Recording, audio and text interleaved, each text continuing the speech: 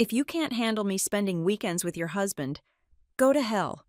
She said it right in my kitchen, and Miles just kept chopping vegetables like he was deaf. I didn't scream.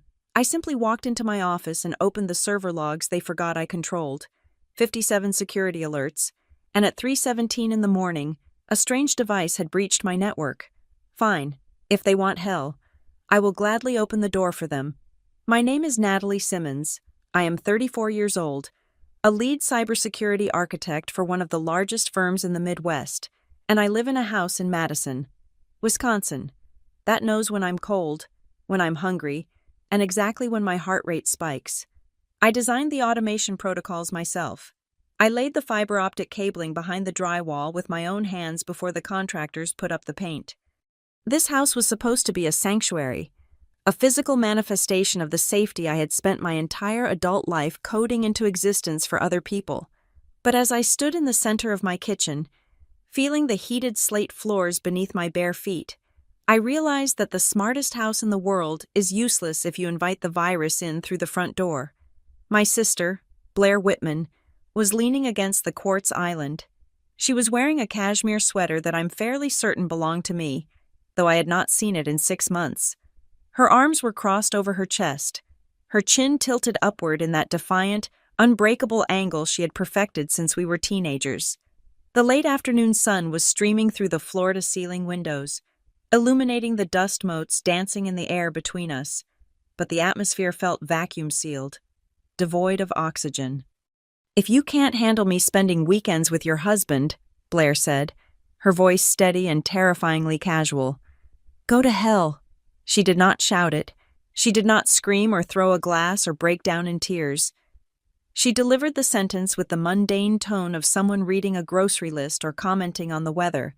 It was a statement of fact, a boundary she was setting, inside my home, regarding my marriage. I looked at her, waiting for the punchline, waiting for the reality to snap back into place. Then I looked at Miles Carter, the man I had married 5 years ago, the man whose digital footprint was so entangled with mine that we shared cloud storage and banking encryption keys, was standing at the butcher block station. He was chopping bell peppers. The knife rose and fell with a rhythmic, sickening precision. Chop, chop, chop. He did not look up. He did not pause. He did not drop the knife in shock at what his sister-in-law had just said to his wife. He just kept cooking. That was the moment the floor actually dropped out from under me. It was not the words Blair had used. I could handle malice. I deal with malicious actors in code every single day. What froze the blood in my veins was the comfort, the absolute domestic comfort of their cruelty. They had done this before. They had had this conversation, or versions of it, enough times that it no longer warranted a reaction from him. Miles was not defending me because, in his mind, Blair was not attacking me. She was simply stating the new rules of engagement. He was normalizing my humiliation while prepping dinner. I opened my mouth, but the argument died in my throat. What was the point if I screamed? I was the hysterical wife. If I cried, I was the victim. They were waiting for a reaction, a burst of emotional data they could parse and dismiss. I looked at Miles's back, at the way his shoulders moved as he scraped the peppers into a bowl. He looked relaxed. He looked like a man who had absolutely nothing to fear from me. I turned around and walked out of the kitchen. I did not stomp. I did not slam the door. I moved with the silent, ghostly efficiency that my job required. I walked past the living room where our wedding photos were still arranged on the mantel lies framed in silver and down the long hallway toward the north wing of the house. This was my territory. The air grew cooler as I approached my office. The humidity here was strictly controlled to protect the servers rack-mounted in the closet. I placed my thumb against the biometric scanner next to the door. The lock clicked open with a heavy, mechanical thud, a sound I usually found comforting. Today, it sounded like a cell door closing. I stepped inside and the lights ramped up automatically to my preferred 60% brightness. The room was a hum of white noise, the sound of cooling fans and drive arrays. This was the only room in the house that did not know how to lie. People lie, Miles lies, Blair lies, but logs do not lie, timestamps do not lie, Data packets either exist or they do not. I sat down in my Aeron chair and woke the triple monitor setup. My reflection stared back at me from the dark screens for a split second, pale, wide-eyed, looking far more shattered than I felt ready to admit before the code washed over my face. I pulled up the central dashboard for the house. The user interface was clean, dark mode, minimalist.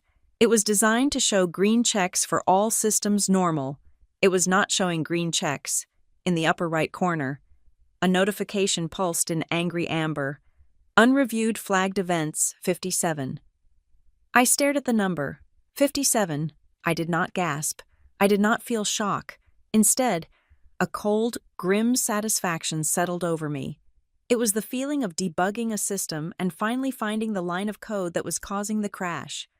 I had suspected something was wrong for months: the missed calls, the late meetings, the way Blair looked at me across the Thanksgiving table. But I had pushed it down, burying my intuition under layers of trust and logic. Now, the logic was back in charge. 57 flags.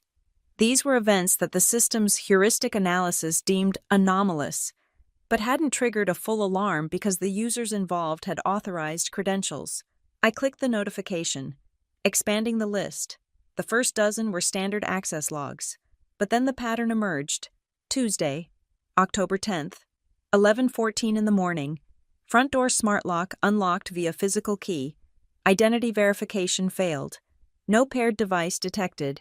Facial recognition match. Blair Whitman. Confidence interval 99%. I sat back, my fingers hovering over the mechanical keyboard. I had never given Blair a key. I had never given her a physical key. We had smart locks for a reason. I generated temporary QR codes for guests that expired after 48 hours.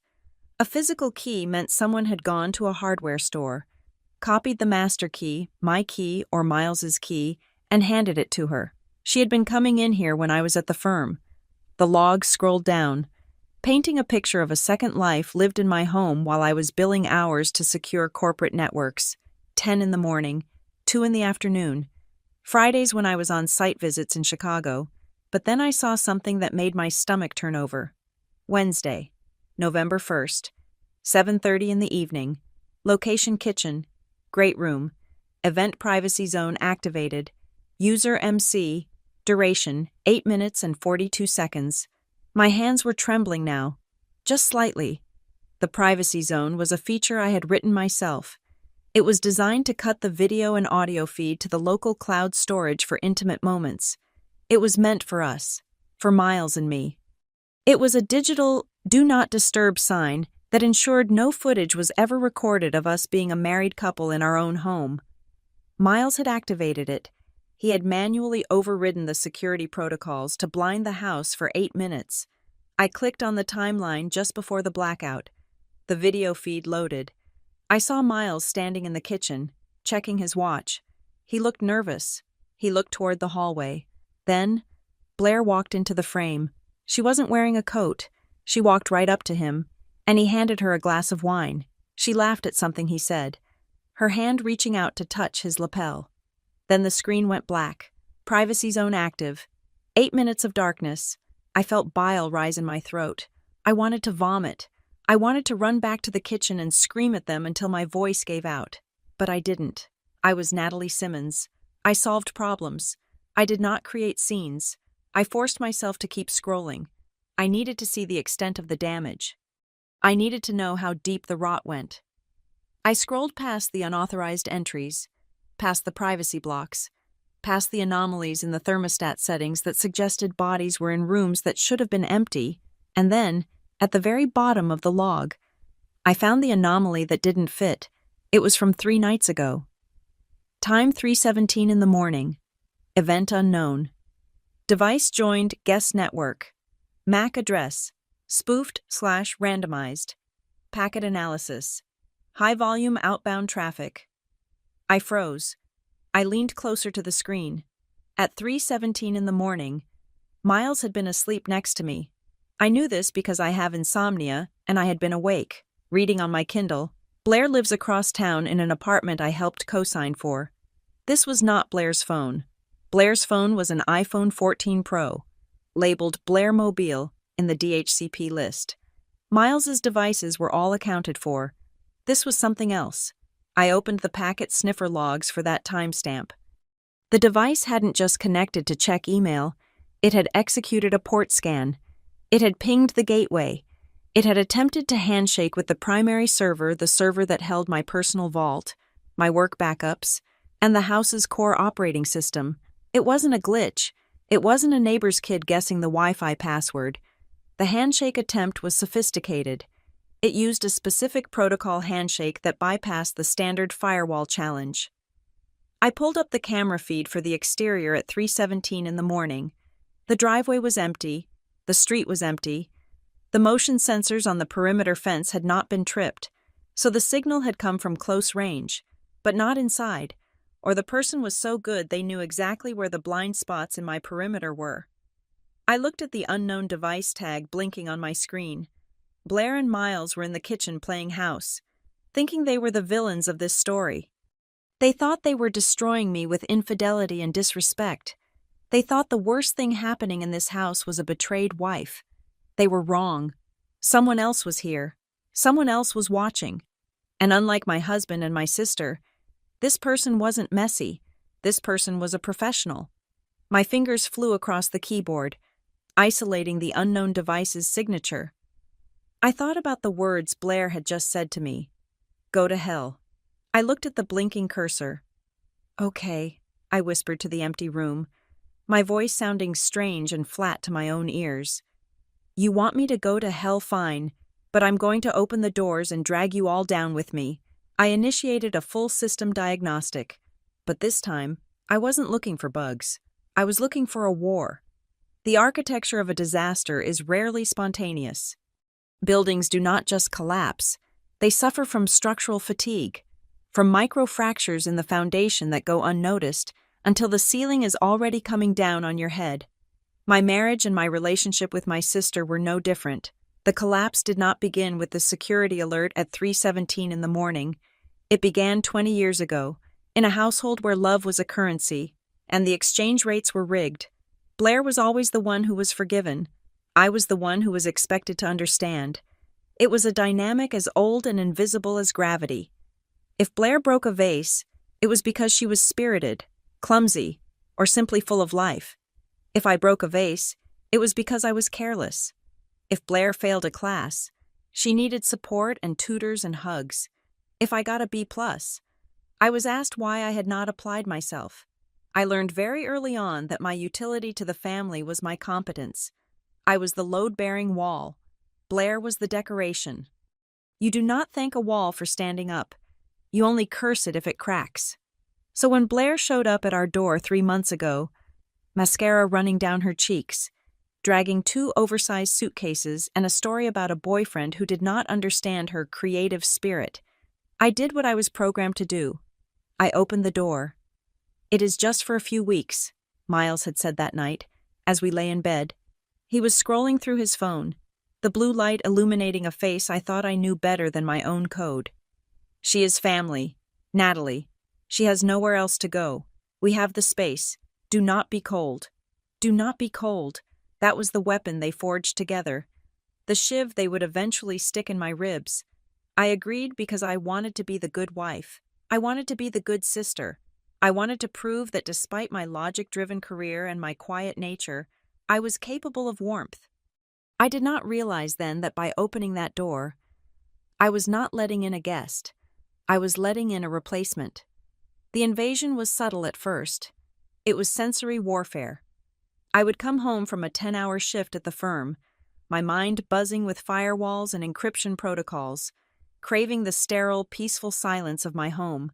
Instead, I would walk into a wall of sound and scent, Blair's playlist blasting from the living room speakers pop music that felt too young, too loud. The air, usually crisp and filtered, would be heavy with her perfume. It was a cloying scent, something heavy on vanilla and musk, the kind that sticks to the back of your throat.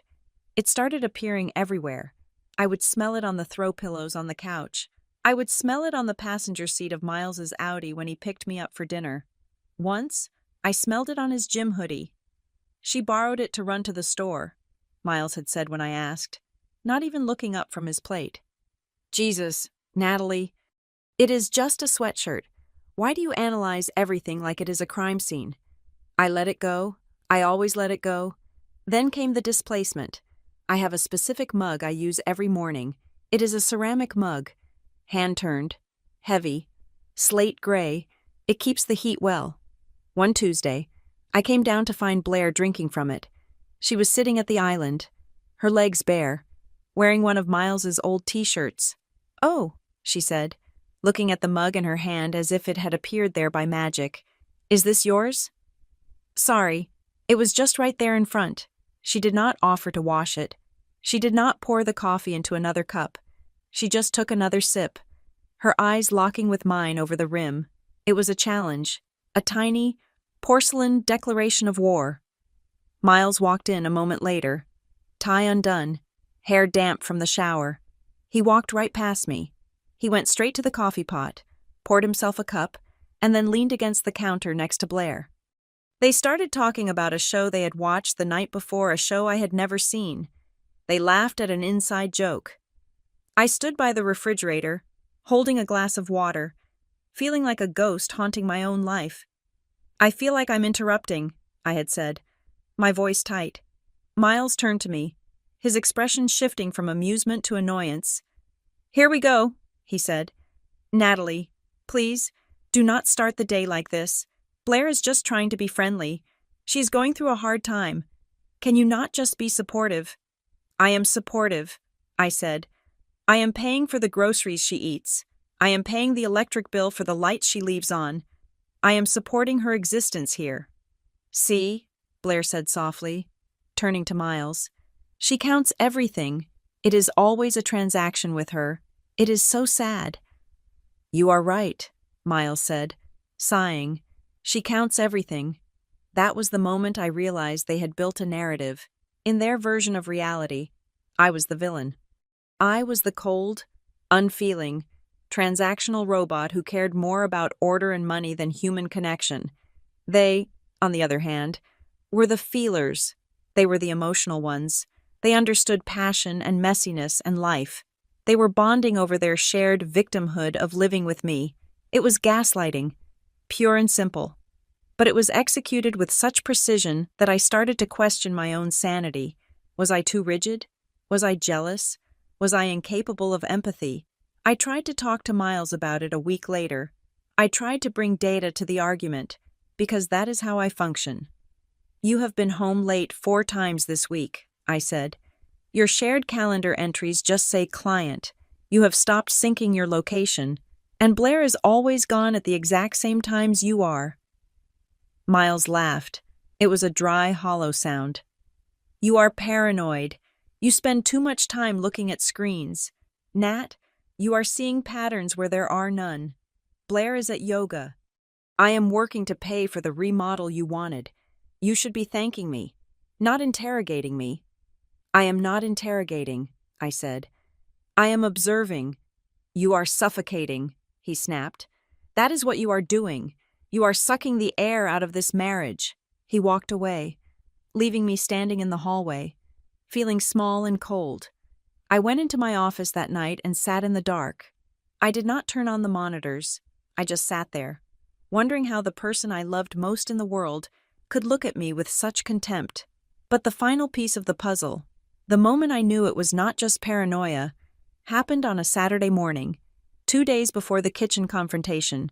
I had woken up early to handle a server migration for a client in Zurich. I came downstairs at 9 in the morning, my head still full of code. The house was quiet, bathed in the soft, golden light of the weekend. I walked into the living room and froze. Blair was lying on the sofa, not sitting lying. She was stretched out fully, her head resting on a pile of cushions, reading a magazine. She looked entirely at home. She looked like the lady of the manor. Miles walked in from the kitchen. In his hands, he held 2 mugs of coffee. He did not look at me. He walked straight to the sofa. He did not ask Blair what she wanted. He did not ask if she needed sugar or cream. He simply extended his hand and passed her the mug. Blair took it without looking up. "Thanks, babe," she murmured. It was automatic. It was muscle memory.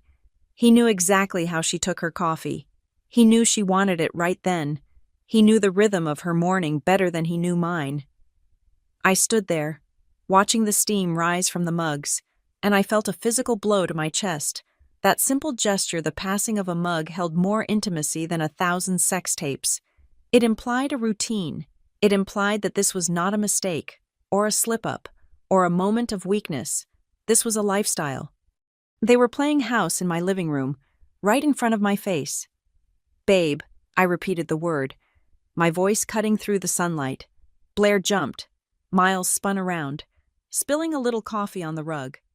"Natalie," Miles said, his face flushing. "I did not hear you come down." "Obviously," I said. I looked at Blair. "You called him babe." Blair sat up, smoothing her hair. She did not look ashamed. She looked annoyed that I had interrupted. "It is just a word. Natalie, everyone says it. God, you are so insecure. It is actually pathetic." "It is not a word," I said, stepping closer. "It is a habit. You do not develop habits by accident. You develop them through repetition." I looked at Miles. "How long?" "Stop it," Miles said, his voice low and warning. "Stop acting crazy. I made her coffee. Big deal." "You did not ask her how she wanted it," I said. "You just knew." "Because I am observant," Miles shouted, throwing his hands up. "Because I actually pay attention to people, unlike you. You are so buried in your own head, so obsessed with your systems and your rules, that you do not even notice when people are human beings." "I notice enough," I said. I turned to Blair. I looked her dead in the eye. "You are enjoying this." It was the first time I had said it out loud without apologizing. Blair's expression shifted. The mask of the poor little sister slipped, revealing something sharp and ugly underneath. She smiled. It was a small, tight smile. "Maybe I am," she said. "Maybe it is nice to be with someone who actually appreciates me. Maybe Miles needs someone who is not a block of ice." "So you admit it," I said. "I admit that you are miserable to be around," Blair said. "And if you are so unhappy, if you are so convinced that we are these terrible monsters," she leaned forward, her voice dropping to a whisper, "then why are you still here? If you cannot stand it, then leave. Get out." The air in the room seemed to stop moving. Leave. She said it as a threat.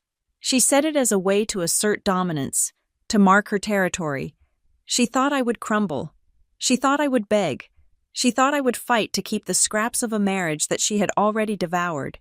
But as I looked at them, Miles, red-faced and defensive, and Blair, smug and triumphant, I did not feel the urge to fight. I felt the urge to comply. "Leave," I repeated, testing the word on my tongue. "Yeah," Blair said, settling back into the cushions, reclaiming her spot as the queen of my castle. "If you cannot take the heat, get out of the kitchen, literally." I looked at Miles. He did not tell her to stop. He did not tell her to get out. He just stood there, looking at the floor, waiting for me to absorb the blow and move on, just like I always did. But I wasn't going to move on. Not this time. "Okay," I thought. I didn't say it out loud. I just thought it. I realized then that they were right about one thing. I was cold. I could be very, very cold. And they had no idea what happened when a system like mine decided to stop protecting them and started processing them as threats. I turned around and walked back upstairs. I did not pack a bag. I did not call a lawyer. Not yet. I just went into my room, closed the door, and waited. I waited for the anger to burn itself out into something useful. I waited for the weekend to play out. And 2 days later, when Blair told me to go to hell in the kitchen, she didn't know that she had already given me the only permission slip I needed. She thought leave meant I would walk out the door and disappear, leaving them with the house, the money, and the life I had built. She forgot who held the keys. She forgot who wrote the code. She told me to leave. So, I decided I would, but I would not be the only one losing a home. I sat on the edge of my bed, staring at the wall, And for the first time in months, I smiled. It wasn't a nice smile. It was the smile of an architect looking at a building that was about to be demolished, knowing exactly where to place the charges to bring the whole thing down in 6 seconds flat. They wanted to be together, fine. I would ensure they were stuck together in the wreckage. The silence in my office was heavy, broken only by the hum of the server cooling fans. I had 57 flagged events to review, but I was no longer looking at them as a wife checking on her household. I was looking at them as a forensic analyst investigating a compromised asset. The asset just happened to be my life. I started with the audio logs. My home security system captures high-fidelity audio in the common areas, a feature I installed to optimize voice commands for the smart lighting. I filtered the logs for keywords. I typed Natalie into the search bar. The system churned for a fraction of a second and returned over 200 results from the last month alone. I clicked on a file dated 2 weeks ago. The timestamp was 11 in the morning on a Tuesday. I was at a client site in Chicago that day. Blair's voice filled the room, crisp and clear. She was on the phone, likely with one of her friends back in Seattle. "No, she has no idea," Blair was saying. There was a pause, then a laugh that sounded like breaking glass. "You do not get it. Natalie is basically a computer with hair. She trusts the inputs I give her. If I smile, she thinks I am happy. If I say I'm sorry, she registers it as an apology. She is so easy to manipulate because she thinks everyone operates on logic." I stared at the waveform dancing on the screen. "Her weapon is her reason," Blair continued, her voice dropping to a conspiratorial purr. "And that is also her weakness. She cannot imagine someone doing something irrational just for the thrill of it. She thinks she is the smartest person in the room, but she is actually just the most predictable." I stopped the playback. My hand hovered over the mouse. It was a strange sensation, hearing your own psychology dissected by someone who barely passed algebra. But she was right. I had treated them like rational actors. I had assumed that because I was good to them, they would be good to me. I had assumed the contract of marriage and sisterhood was binding. I was wrong. They were not running on logic. They were running on opportunism. I switched to the text archives. Miles and I shared a family data plan. We had full transparency, or so I thought. I pulled up the raw message logs associated with his device ID. I did not need his passcode. I owned the network the messages traversed. I found a thread with a number labeled contractor. I expanded it. It was not a contractor. Blair Tuesday works. She has that board meeting until 6. Miles, I will pick up the wine. Do not park in the driveway this time. The neighbor looked at me weird last week. Blair, relax. She won't leave you. Miles, she is too invested in the image of her perfect life. We are safe. Miles, I know. I just do not want the headache of explaining things. I read that line 3 times. She won't leave you. They were not afraid of me leaving.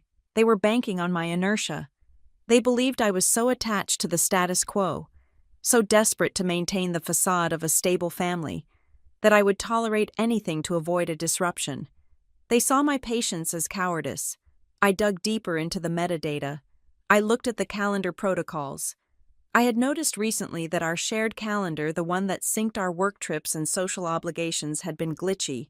Appointments would disappear or fail to update. I pulled up the command history for the calendar application on Miles's phone. User action disable sync. Target specific dates. It was not a glitch. Miles had manually toggled the synchronization off for specific weekends, the same weekends Blair was visiting friends out of town. He had not just lied to my face. He had engineered a digital blind spot. He had used the very technology I taught him to use against me. But the most chilling piece of evidence was not a text or a voice recording. It was a video clip from the living room camera. It was dated 4 days ago. The house was empty, or it should have been. Blair walked into the frame. She was wearing a silk robe. She poured herself a drink and then walked to the center of the room. She looked up. Her eyes locked directly onto the lens of the security camera hidden in the molding. Most people do not know where the cameras are. They are pinhole lenses, designed to be invisible, but Blair looked right at it. She stared into the black void of the lens. and then she smiled. It was a taunting, knowing smile. She raised her glass in a mock toast. Then, she reached into her pocket, pulled out her phone, and tapped the screen. The video feed cut to static. Signal lost. I sat back in my chair, my heart hammering against my ribs. Blair was not tech-savvy. She struggled to pair her headphones to her tablet. There was no way she knew how to jam a local Wi-Fi signal or identify a hidden camera lens. Miles had shown her. He had given her the map to my fortress. He had pointed out the eyes of the house so she could blind them.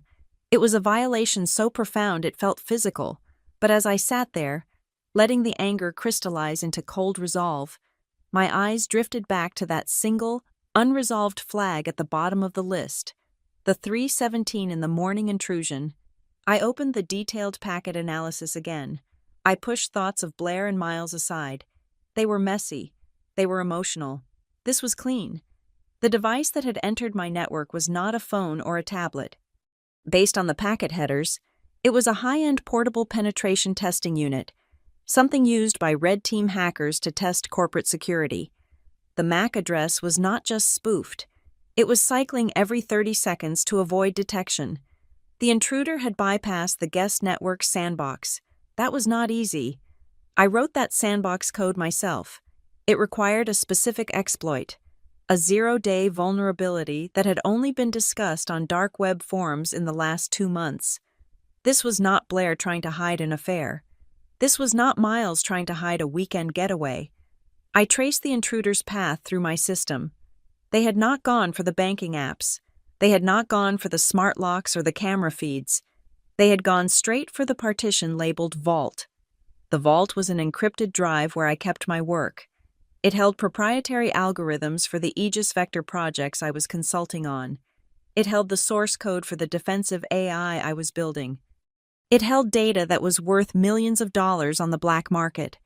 The intruder had reached the outer gate of the vault, initiated a brute force decryption sequence, and then abruptly stopped. They had severed the connection 5 seconds before my active countermeasures would have traced their physical location. They were testing the fence. They were seeing how fast the guard dog would wake up. I realized then that the narrative I had been feeding myself was too small. I thought I was in a domestic drama. I thought I was the victim of a cheating husband and a jealous sister. But this log told a different story. Blair's chaos, her go-to-hell attitude, the affair, the noise, the distraction, it was all so loud. It was perfect cover. While I was busy worrying about my marriage, while I was distracted by the emotional turmoil of my sister sleeping with my husband, someone else was walking through the back door of my digital life. I thought about the timing. Blair arrived 3 months ago. The security probe started 2 months ago. And then I remembered a conversation with Miles from last year. I had been offered a position in Zurich. It was a dream job, a directorship at a global security firm. It would have meant moving, meant a massive leap in my career. Miles had sat me down.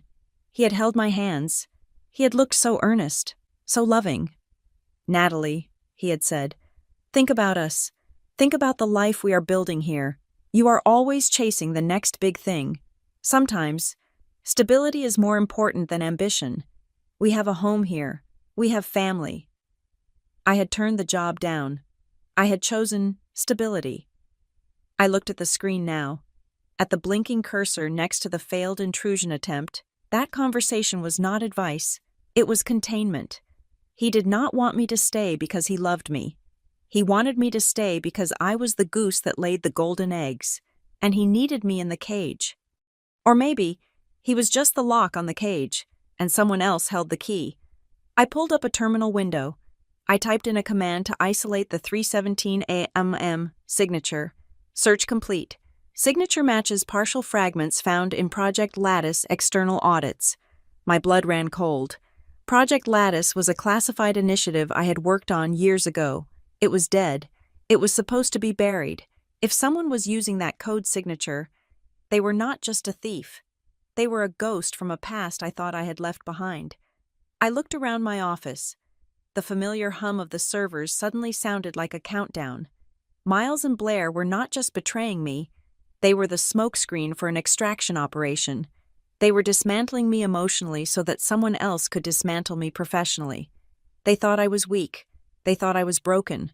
I closed the log files. I opened a new window. I navigated to an old email account, one I had not used in years, and found a saved draft. It was the contact information for the recruiter in Zurich. I did not feel sad anymore. The grief had evaporated, replaced by the cold, hard clarity of a diamond. "You want stability. Miles," I whispered. "I will give you stability. I'm going to bury you under so much concrete evidence you will never move again." I was done being the wife. I was done being the sister. I was the architect. And it was time to redesign the landscape. The email from Aegis Vector Global was buried deep in my archive, gathering digital dust for 18 months. The subject line was simple: offer of employment, Director of Offensive Security, Zurich Operations. I had archived it the same day Miles told me that moving to Europe would destroy the fragile ecosystem of our marriage. He had used that specific phrase, fragile ecosystem, as if our relationship were a rare orchid that would die if exposed to Swiss air. I opened the thread. The offer had a standard expiration clause, but I knew the sender, Nadine Kruger. We had written code together in a basement in restless Berlin almost a decade ago. Nadine did not care about expiration dates. She cared about talent. I hit reply. "Nadine, I am activating the option. I can be in Zurich in 48 hours. Send the onboarding packet." I pressed send. There was no hesitation, no trembling finger hovering over the mouse. It was a transaction. I was trading a compromised location for a secure stronghold. I stood up and walked to the closet. I did not grab a duffel bag or a garbage bag like a woman fleeing a domestic crisis. I took down my hard-shell Pelican cases, the ones lined with impact-absorbing foam. I packed my hardware first: the server blades from the safe, the encrypted drives, the physical authentication keys. Then, and only then, did I pack clothes. I selected my wardrobe with the same binary logic I applied to my code. Does this serve a function? Yes. Keep. Is this purely decorative or sentimental? No. Discard. I looked at the cashmere sweater Blair had worn, the one she had stretched out across the shoulders. I left it on the floor. I looked at the diamond tennis bracelet Miles had given me for our second anniversary. Purchased, I later learned, from a joint account I had funded. I left it on the dresser. I left the framed photos. I left the books we had bought together. I left every single object that carried the weight of a memory. Memories are heavy, and I needed to travel light. Once the cases were sealed, I returned to my desk for the final, and most critical, phase of the extraction. I accessed the home automation mainframe. Miles loved this house because it made him feel powerful.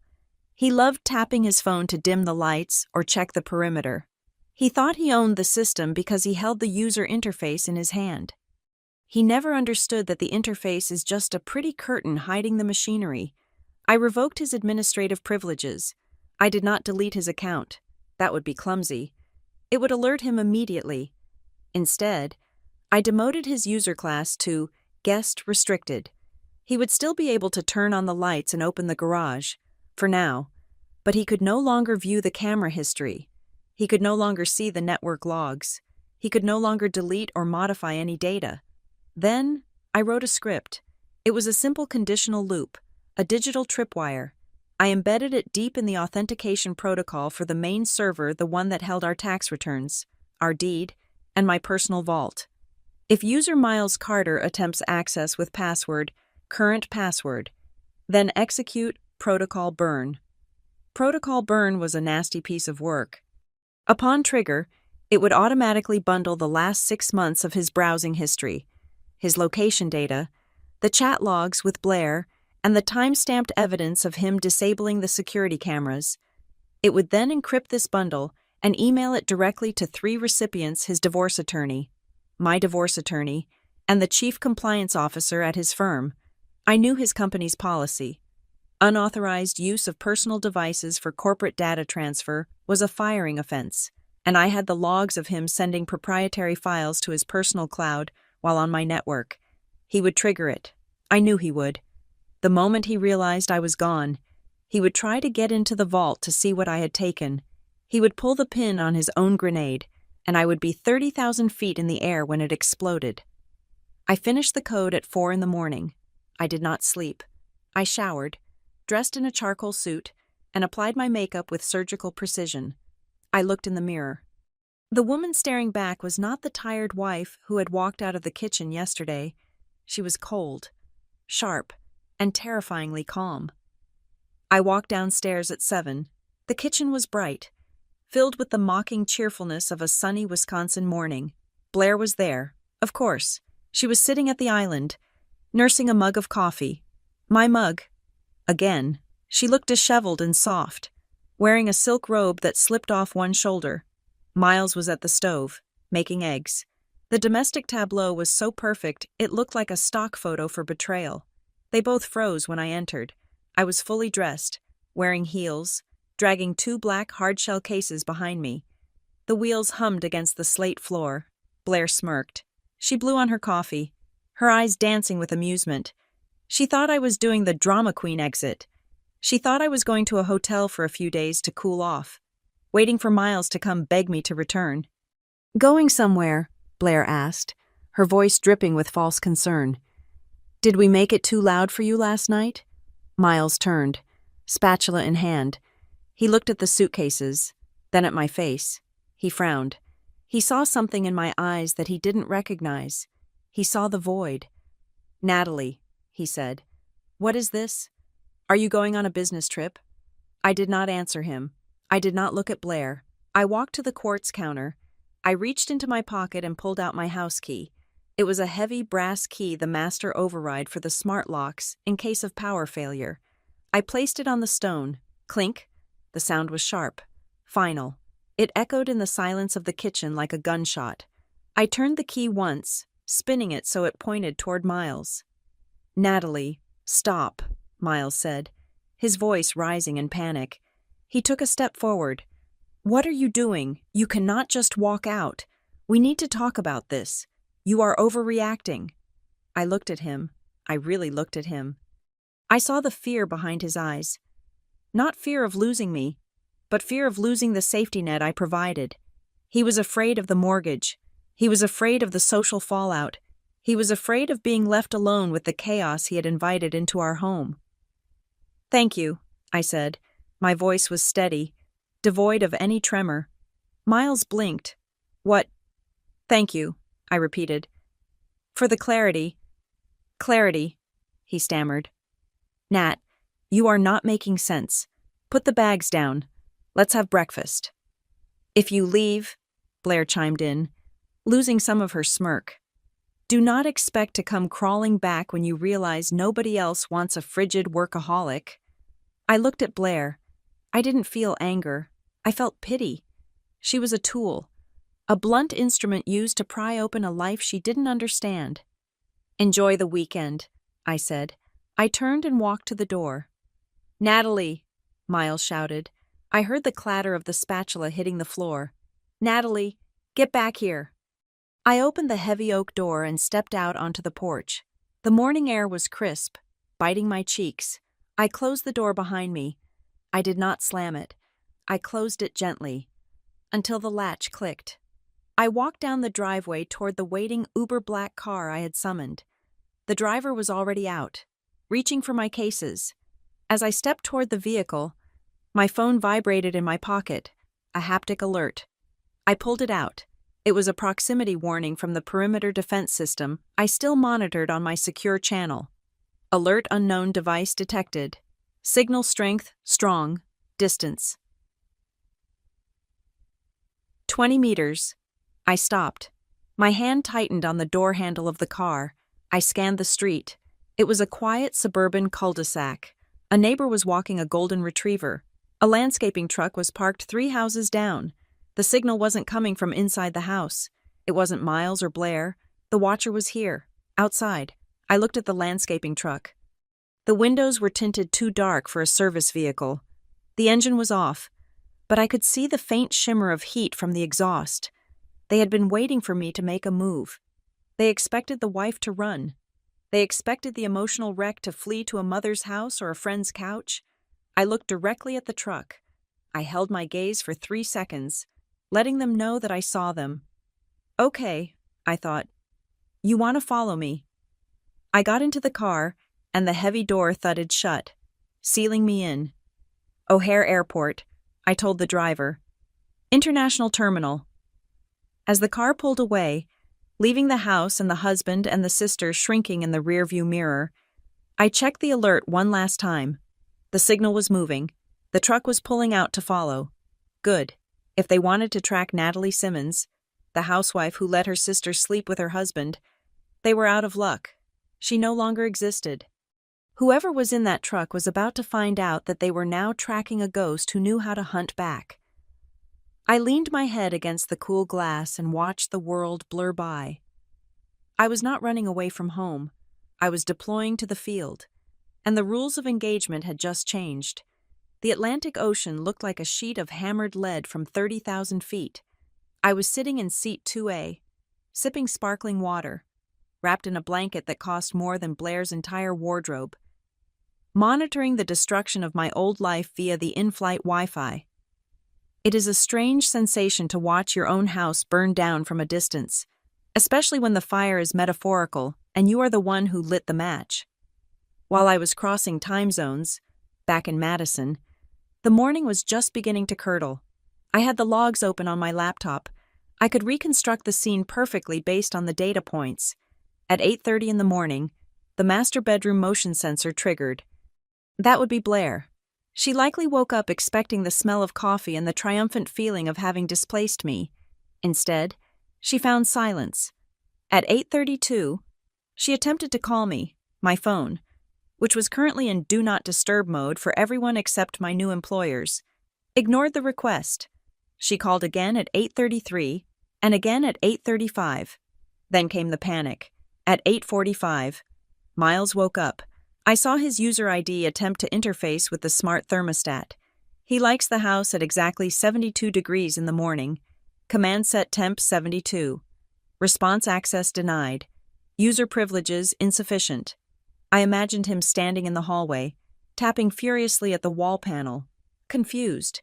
He would assume it was a glitch. He would try the lights. Command kitchen spotlights. On. Response access. Denied. The house was currently running on my Fortress protocol. The lights stayed at 50%.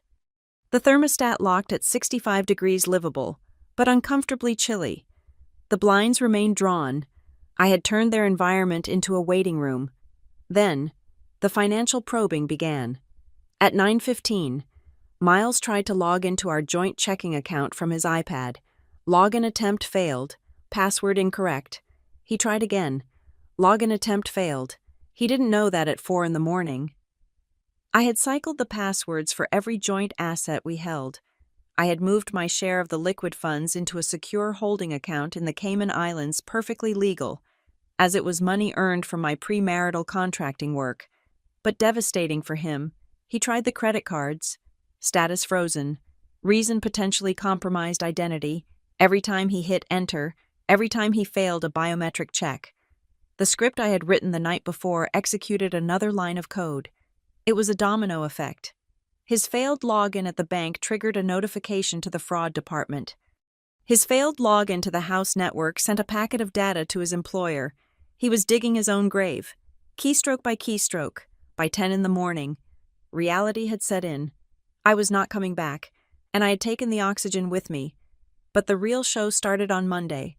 I had landed in Zurich and was checking into temporary housing when the alerts from Miles's corporate server started pinging my dead man's switch relay. I had set this up months ago. A passive listener on his work email, just in case. Miles worked or used to work as a project manager for a mid-tier logistics firm. They handled sensitive government contracts. Security was paramount. At 9 in the morning on Monday, Miles was summoned to the office of the Chief Compliance Officer. I could not hear the conversation, obviously, but I had the digital paper trail that caused it. The protocol burn script had delivered a zipped folder to the compliance officer's inbox at exactly 8 in the morning. The folder contained geotagged photos and logs from a couples retreat Miles had taken 3 months ago. He had told me he was at a conference in Denver. The GPS data clearly placed him at a luxury cabin in Lake Geneva, Wisconsin. But the infidelity wasn't what interested his company. What interested them was the photo Miles had taken of Blair on the balcony of that cabin. In the foreground was a glass of wine and Blair's laughing face. In the background, clearly visible on the outdoor table, was his work laptop. The screen was open, and on that screen, magnified by the high-resolution camera of his iPhone, was a confidential schematic for a drone delivery route. He had violated 3 federal data handling statutes in one selfie. I watched the network traffic from his company's server. User Miles Carter. Status suspended. Active Directory disabled. Device wipe command sent. Somewhere in Madison. Miles's phone went black. His laptop bricked itself. He was being erased from the corporate lattice just as he had tried to erase me from our marriage. Blair was not spared. Blair worked as a junior associate at a boutique PR firm. She was creative, which in her case meant she was excellent at taking other people's ideas and putting a better font on them. 6 months ago, I had written a comprehensive case study on crisis management in the digital age. For a potential client. I had discarded it because it felt too academic. Blair had found it in my recycling bin, my digital recycling bin, on a shared drive I forgot to lock. She had pitched it to her bosses as her own groundbreaking strategy for a tech client. When I left the house, my script sent a simple, automated query to her firm's plagiarism detection software, which they used for vetting press releases. It cross-referenced her winning pitch with a published white paper I had uploaded to a private academic server under my maiden name hours before boarding the plane. The match was 99%. I received a notification from her company's public server. A calendar invite for an emergency disciplinary review was added to her schedule for 11:30 in the morning. By noon on Monday, the power couple was unemployed. The breakdown of their true love was immediate and predictable. I had audio access to the living room again. I had re-enabled the microphone just to verify that the house was secure. What I heard was not the sound of 2 lovers comforting each other against a cruel world. "You said she was passive," Miles was shouting. The sound distorted slightly on the feed. "You said she would just cry and go to therapy. She locked the accounts." Blair. "She froze the cards. I cannot even buy gas." "Do not yell at me," Blair screamed back. Her voice was shrill, lacking that cool, superior tone she had used in the kitchen. "I just got fired. Miles, they said I stole intellectual property. How did they know? She must have hacked me." "She did not hack you, you idiot," Miles snapped. "You used her work.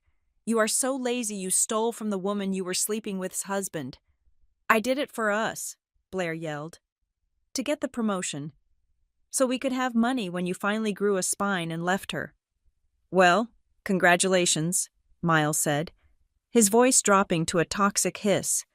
"We have no money, we have no jobs, and we are freezing because the house thinks we are intruders." "Fix it," Blair demanded. "You are the man. Break a window, do something." "If I break a window," Miles said, defeated. "The alarm calls the police, and since the deed is in her name and I am currently flagged as a restricted guest, I go to jail for breaking and entering. Is that what you want?"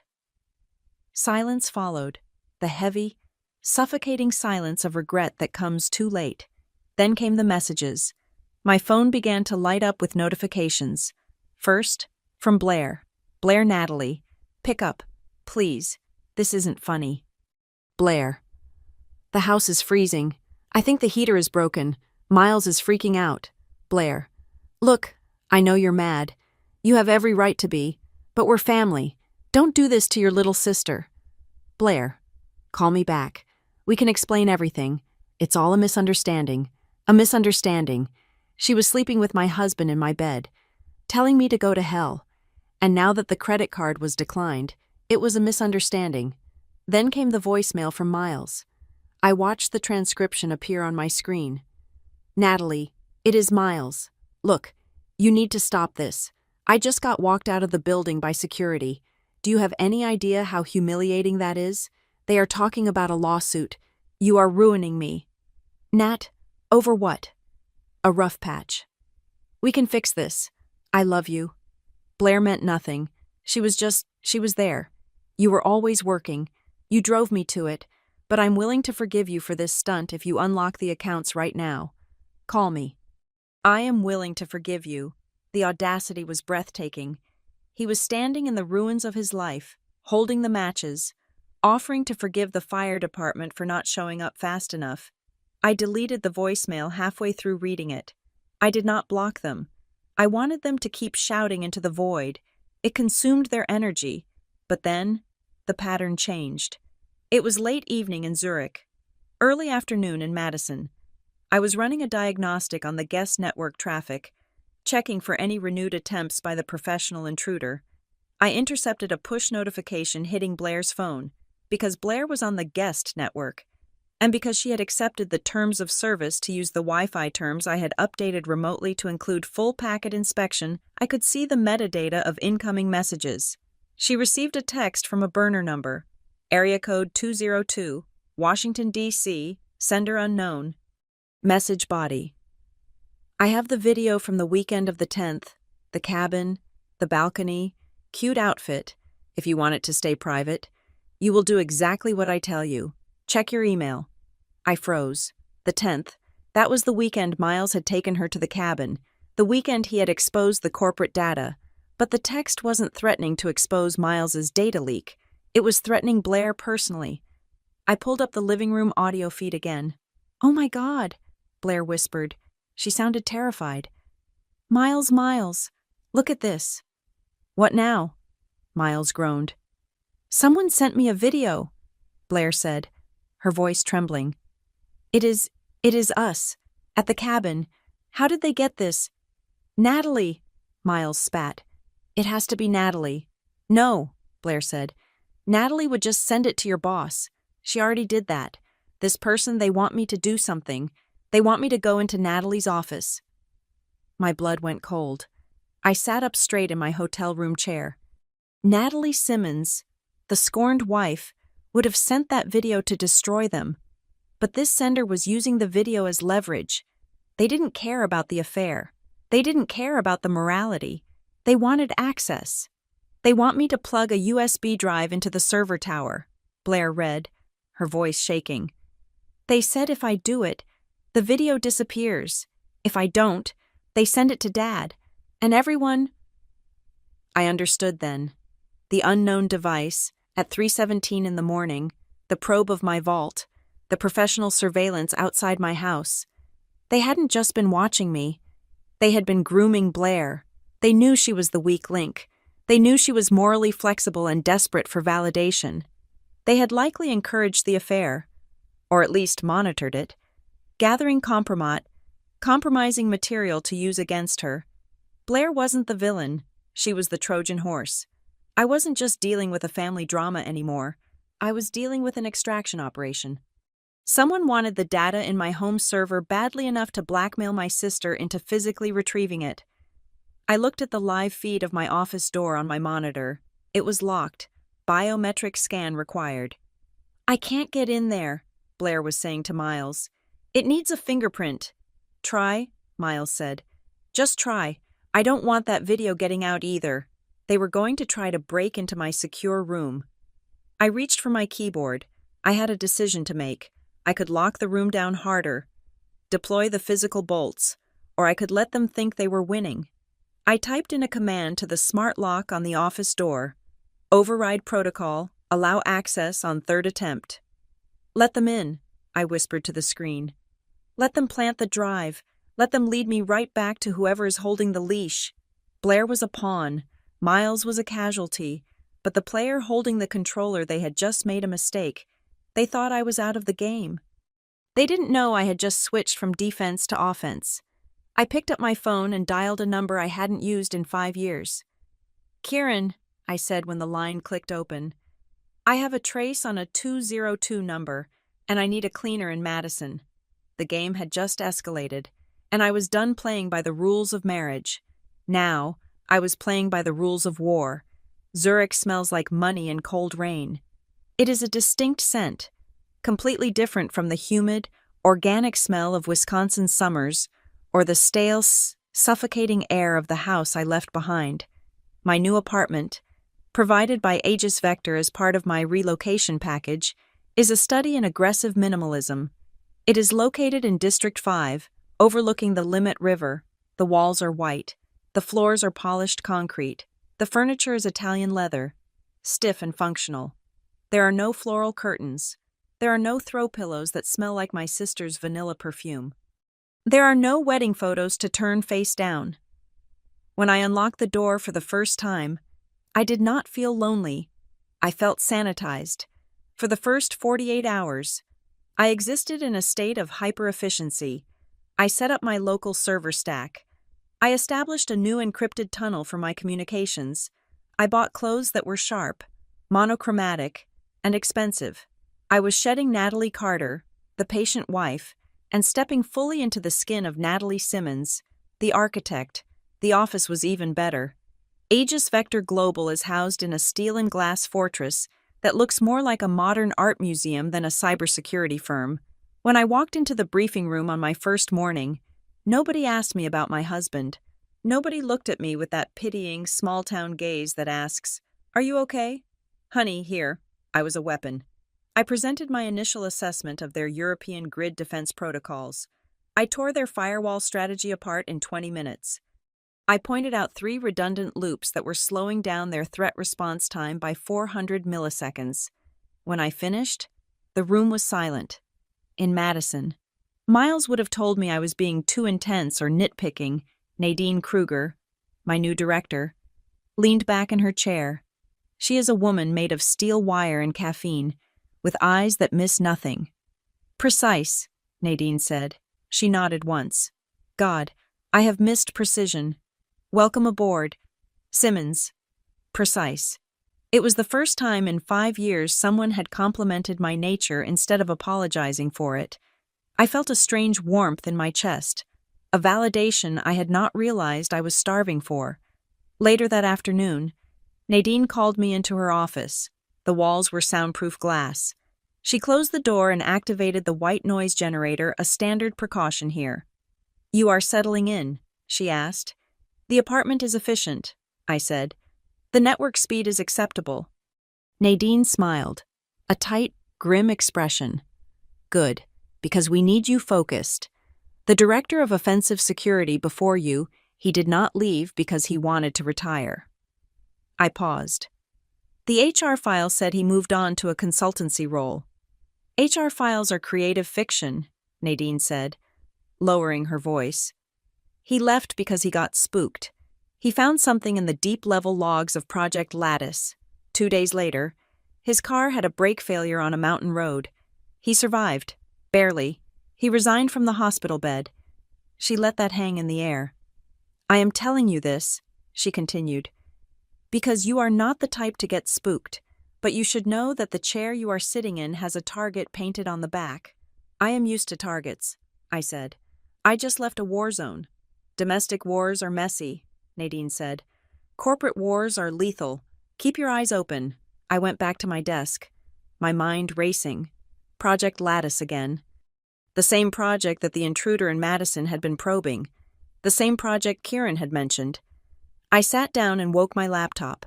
I logged into the admin console to begin my audit of the personnel permissions. A standard first-week task. A red banner flashed across the bottom of my screen. System alert. Unauthorized access attempt detected on file. Simmons N. personnel. I froze. The attempt had happened 3 seconds ago. I immediately opened the terminal and traced the request. It came from an internal IP address. Someone inside the Aegis Vector building, on this secure network, was trying to open my personnel file. They wanted to see my home address, my emergency contacts, my banking details. But it was the way they did it that made the hair on my arms stand up. Usually, when someone snoops, they leave a footprint. A clumsy admin looking for a phone number leaves a read log. A jealous colleague leaves a timestamp. This access request had no timestamp. The user had injected a command to suppress the logging function before the query was sent. The only reason I saw it was because I had installed a kernel-level tripwire on my own file 5 minutes after I got my login credentials. It was a paranoid habit I picked up years ago. The signature of the attack was sterile, clean, surgical. It was the digital equivalent of someone walking through a room of fresh snow and leaving no footprints. I typed a command to isolate the terminal that sent the request. Result terminal ID spoofed, routing through internal proxy chain. Whoever it was, they were good. They were better than the internal security team. They were operating inside the building with a level of sophistication that suggested they either owned the network or had compromised someone who did. I closed the file. I did not report it. Not yet. If the enemy was inside the house, reporting it to IT might just be reporting it to the enemy. I left the office at 7 in the evening. The Zurich sky was a bruised purple. I walked home, taking a chaotic route, doubling back twice, checking reflections in shop windows. I saw no one. But when I entered my apartment, the silence felt different. It felt heavy. I locked the door and engaged the deadbolt. Then I walked to the central control panel I had installed in the hallway, a portable version of the system I had in Madison. System status green, perimeter secure. I poured myself a glass of water and stood by the window, looking down at the river. The water was black and oily under the streetlights. My phone buzzed on the counter. It was a proximity alert from the sniffer I had hidden in the flower pot on my balcony. Alert unknown, device detected, signal strength medium, distance 30 meters. I set the glass down. 30 meters. I am on the 4th floor. 30 meters means someone is either on the street directly below or in the building across the narrow alleyway. I picked up my tablet and accessed the sniffer's raw feed. I wanted to see the device's handshake protocol. I wanted to see how it was trying to talk to my network. The lines of code scrolled past. Packet header 0x45, TTL, 128, window size 8192. I stopped breathing. I knew this pattern. I knew the specific cadence of the packet requests. It was like recognizing a drummer by the way they hit the snare. It was the exact same rhythm, the exact same anomalous probing sequence I had seen at 3:17 in the morning in Madison. The ghost had not just followed me. The ghost had arrived before me.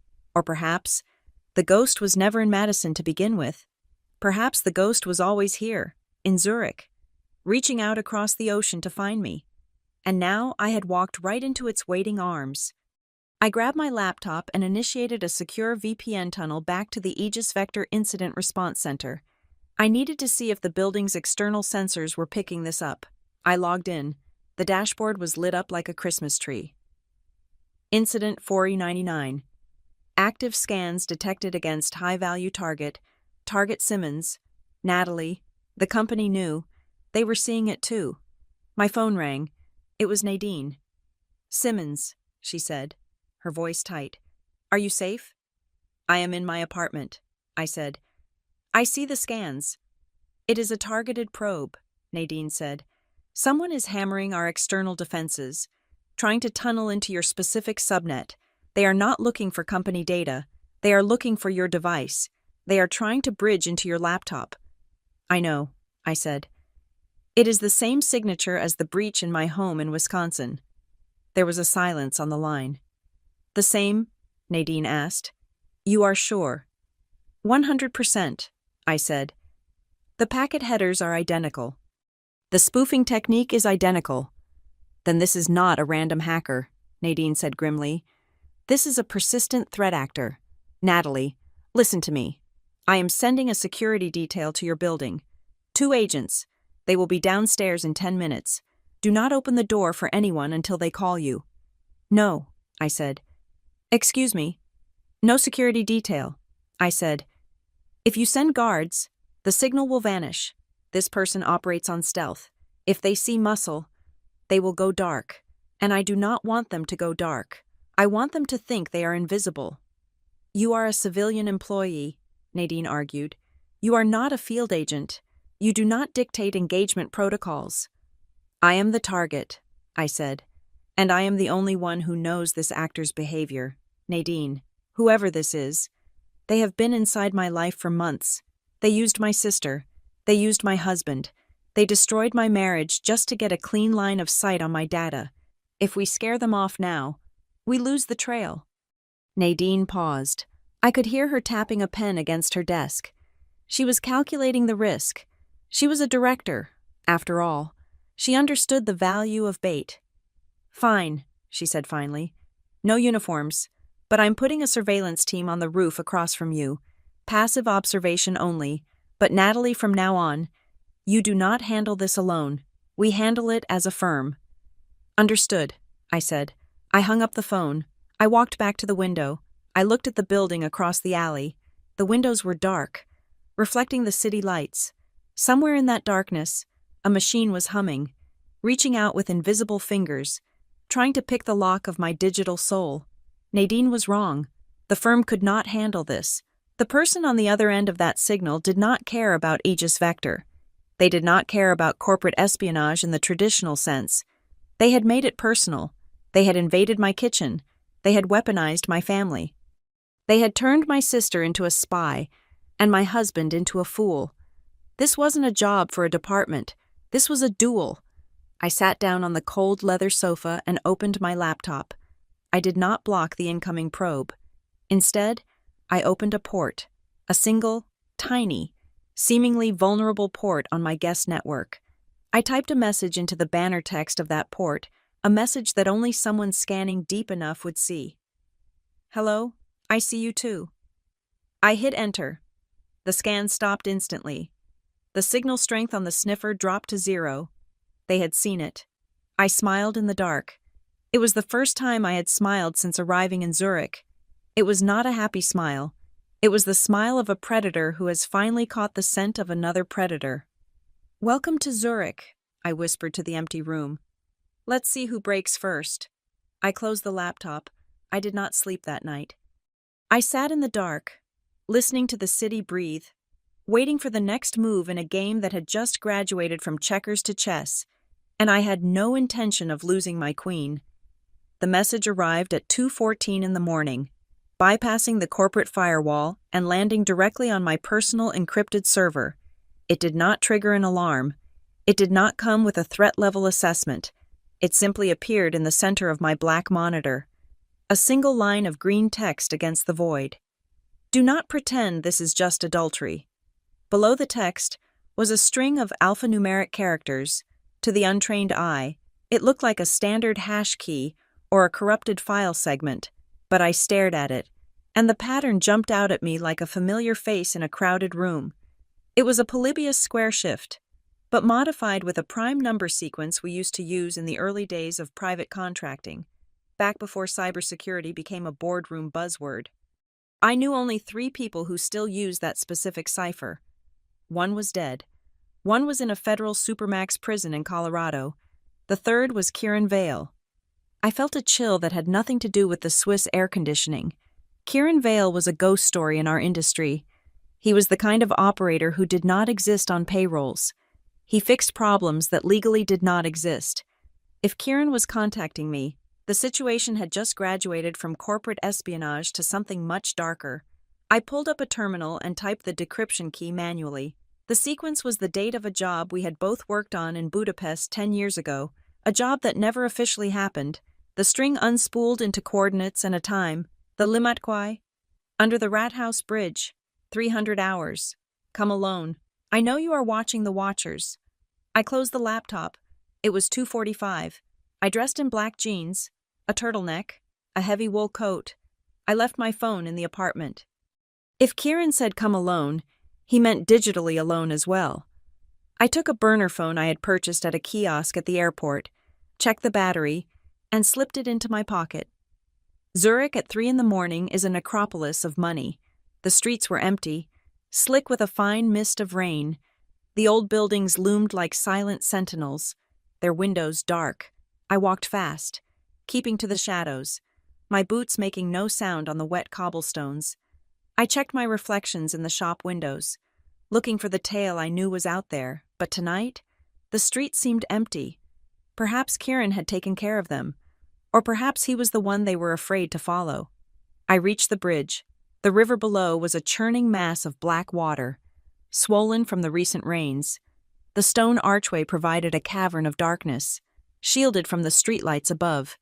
A figure was leaning against the stone piling.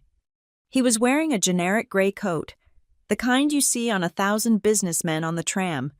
He was looking out at the water, his hands deep in his pockets. He did not turn around as I approached. "You are 4 minutes late," he said. His voice was gravel, low and rough, the voice of a man who spent too much time silent. "I had to dodge a surveillance team," I said, stopping 10 feet away. "You might know them. They use the same packet headers as you." Kieran turned then. He looked older than I remembered. The lines around his eyes were deeper, etched by stress and sleeplessness. His hair was graying at the temples, but the eyes were the same flat, gray, intelligent, assessing me with the detached scrutiny of a mechanic looking at an engine. He was checking for cracks. He was checking to see if I was still the Natalie Simmons who could code a kill switch in 10 seconds, or if I had softened into the suburban wife I had tried to play. "I am not the one probing your network," Kieran said. "I am the one who stopped the probe 3 hours ago so we could talk." "You intervened," I asked. "I redirected their traffic," he said. "Gave them a false flag to chase in Singapore. It bought us 20 minutes. Do not waste them." "You sent the message," I said. "You said do not pretend this is just adultery. What does that mean?" Kieran laughed. A short, humorless bark. "You are smart, Natalie. You always were, but you have a blind spot. You think the world operates on logic. You think if you follow the rules, the system protects you. You think your sister and your husband blew up your life because they were horny and stupid." "They were," I said. "They were tools," Kieran said.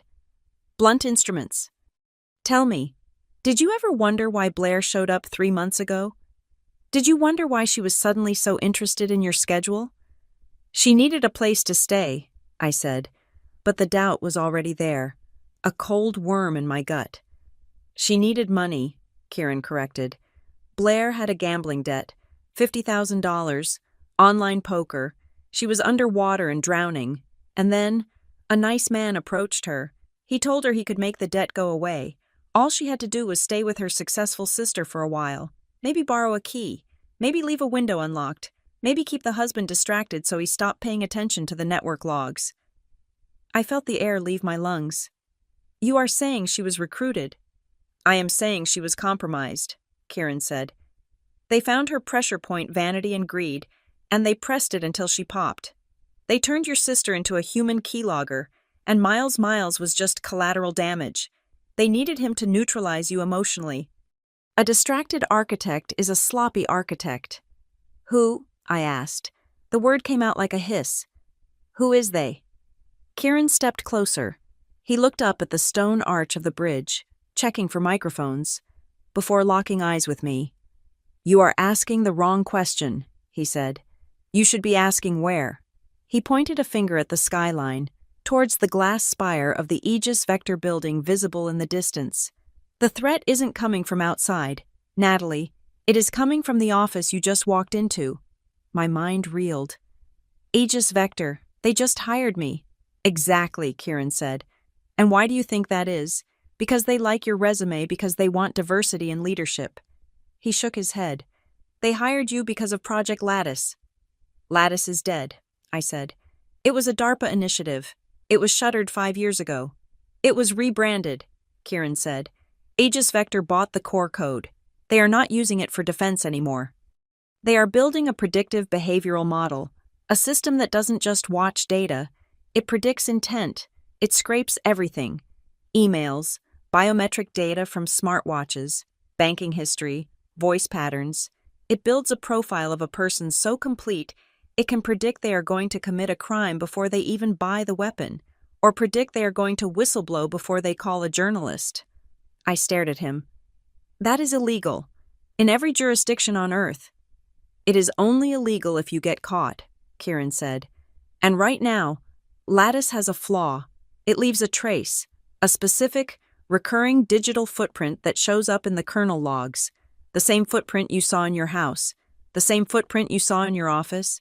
The 3:17 a.m. signature," I whispered. "The ghost in the machine," Kieran agreed. "They have been trying to fix it for 2 years. They burned through 3 directors of security, And then they found you, Natalie Simmons. The woman who wrote the original polymorphic encryption for the prototype. They want me to fix it, I realized. The horror of it washed over me. They didn't hire me to secure their network. They hired me to patch the hole in their illegal surveillance weapon so they can deploy it globally without anyone knowing. You are the only one good enough to fix it, Kieran said, and you are the only one who knows the code well enough to destroy it. He reached into his pocket and pulled out a pack of cigarettes, but he didn't light one. He just turned it over in his fingers. That is why they destroyed your marriage, Natalie. They needed you isolated. They needed you here, in Zurich, alone, with nothing to lose and nothing to go back to. They wanted you to dive into work because work is all you have left. They cleared the board so you would focus on the puzzle. I leaned back against the wet stone railing. The cold dampness soaked through my coat, but I hardly felt it. I felt sick. All the pain, the betrayal, the sight of Miles chopping vegetables while Blair told me to go to hell, it wasn't just human frailty, it was a psyop. My heartbreak was a line item in a project budget. Blair, I said. Does she know?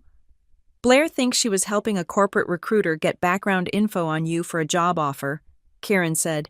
She thinks she is a headhunter's assistant. She has no idea she was planting bugs for a surveillance state. She is stupid, Natalie, not evil, just tragically easy to use.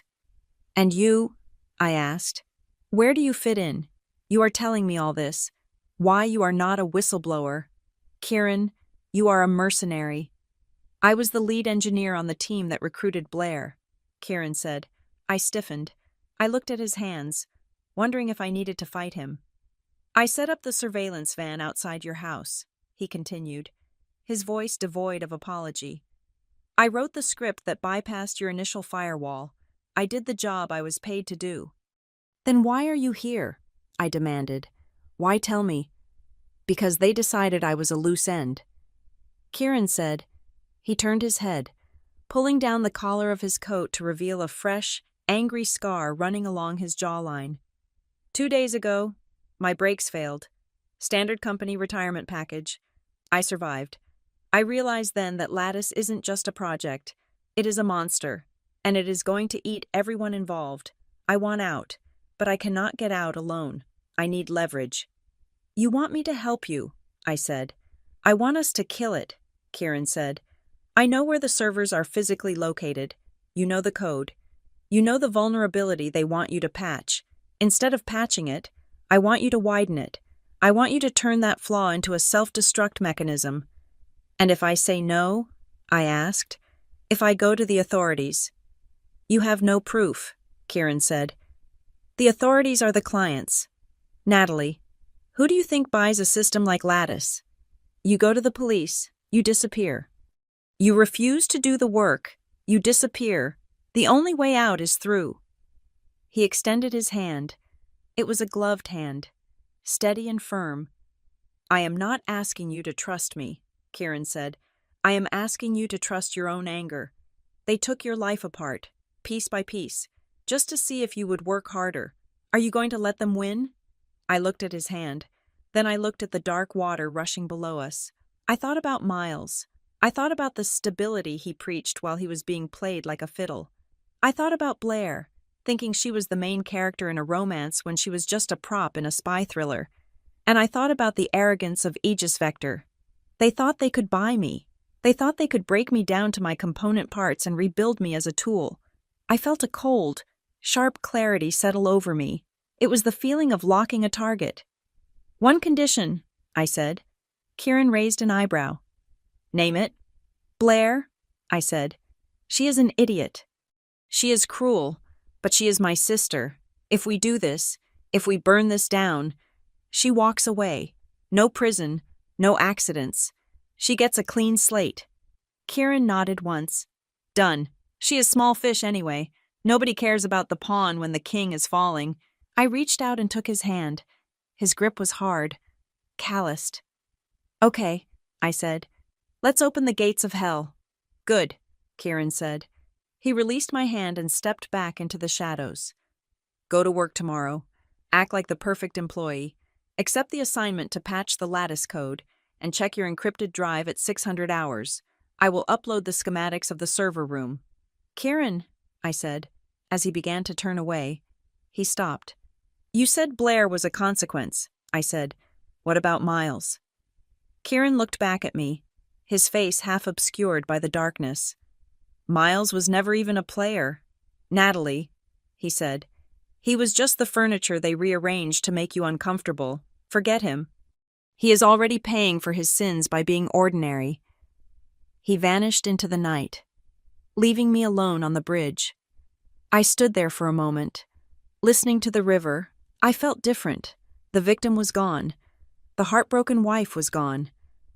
I turned and walked back toward the city, toward the glass tower that was waiting for me. I wasn't just an architect anymore. I was a saboteur, and I was about to bring the whole structure down on their heads. I hired a lawyer in Chicago. Not Madison. Madison is a small town masquerading as a city. Everyone knows everyone, and judges play golf with defense attorneys. I did not want a network. I wanted a mercenary. I found a woman named Evelyn Vance who charged $600 an hour and had a reputation for turning divorce proceedings into scorched earth campaigns. I am filing for divorce on the grounds of irreconcilable differences. I told her over an encrypted video call from my Zurich apartment. Evelyn raised a perfectly sculpted eyebrow. Just that, Natalie. I have seen the file you sent. You have evidence of adultery, emotional abuse, and potential cyberstalking. We could pin him to the wall. If I file for adultery, the narrative becomes a soap opera, I said, my voice flat. He becomes the fallen husband. Blair becomes the seductress, and I become the scorned woman. It gives them a script to follow. They will band together to defend their love against my revenge. I do not want them united. So, what is the strategy? Evelyn asked. Starvation, I said.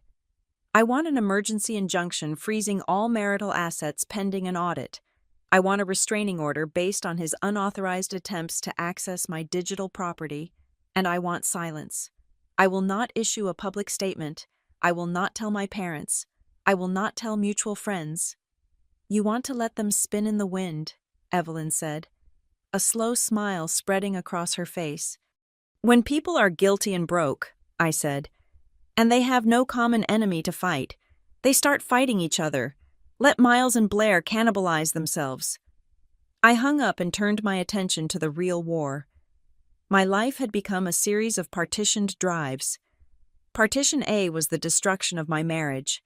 Partition B was the dismantlement of Aegis Vector. I went into the office at 8 in the morning every day. I wore crisp suits. I drank black coffee. I smiled at the junior analysts. I played the role of the dedicated professional who was throwing herself into her work to forget her personal tragedy. It was the perfect cover. Nobody suspects the grieving woman of plotting a coup. Nadine assigned me to the Lattice review team. Just a code audit, she had said.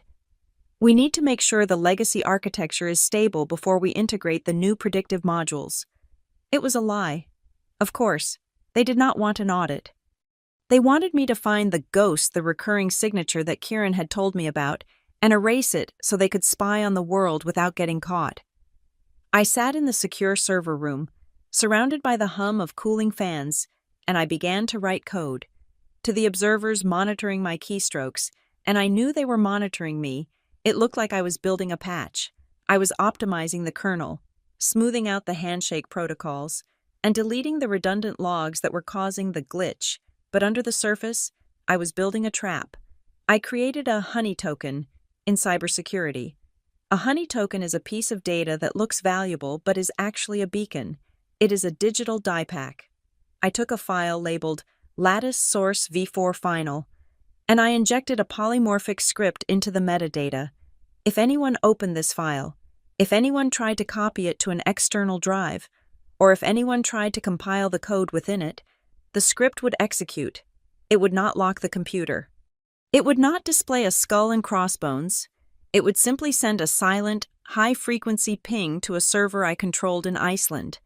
That ping would contain the user's IP address, their MAC address, their keystroke history for the last hour, and a screenshot of their desktop. I buried the honey token deep in the subdirectory of the patch I was building. I made it look like the master key for the system, the exact thing a corporate spy or a corrupt executive would want to steal. Then, I created the clean copy. Kieran had warned me that when things went south, they would try to frame me. They would plant evidence on my drive suggesting I was the one selling secrets, or that I was unstable. I pulled my entire personnel file, my activity logs, and my current project status. I hashed the data, turning it into a unique alphanumeric string, and then I uploaded that hash to a public blockchain ledger. It is impossible to alter a blockchain entry after the fact. By doing this, I created an immutable timestamp. If Aegis Vector tried to change my records next week to say I had been fired for negligence today, I could point to the blockchain and prove that, as of today, my record was spotless. I was creating my own alibi in real time, while I was building my fortress in Zurich. The walls were crumbling in Madison. My silence strategy was working. Blair, deprived of a direct confrontation with me, had decided to take her case to the court of public opinion. I received a notification from my lawyer. Blair had posted a long, tearful video on Facebook. I didn't watch it, but Evelyn sent me the transcript. "It is just so hard when family turns on you," Blair had said. "My sister has always been cold, but to lock us out of the house, to leave us with nothing, I made a mistake. Sure, I fell in love with the wrong person, but does that deserve this cruelty? We are human beings." She was trying to bait me. She wanted me to comment, to call her a liar, to engage in a messy comment war that would make me look petty.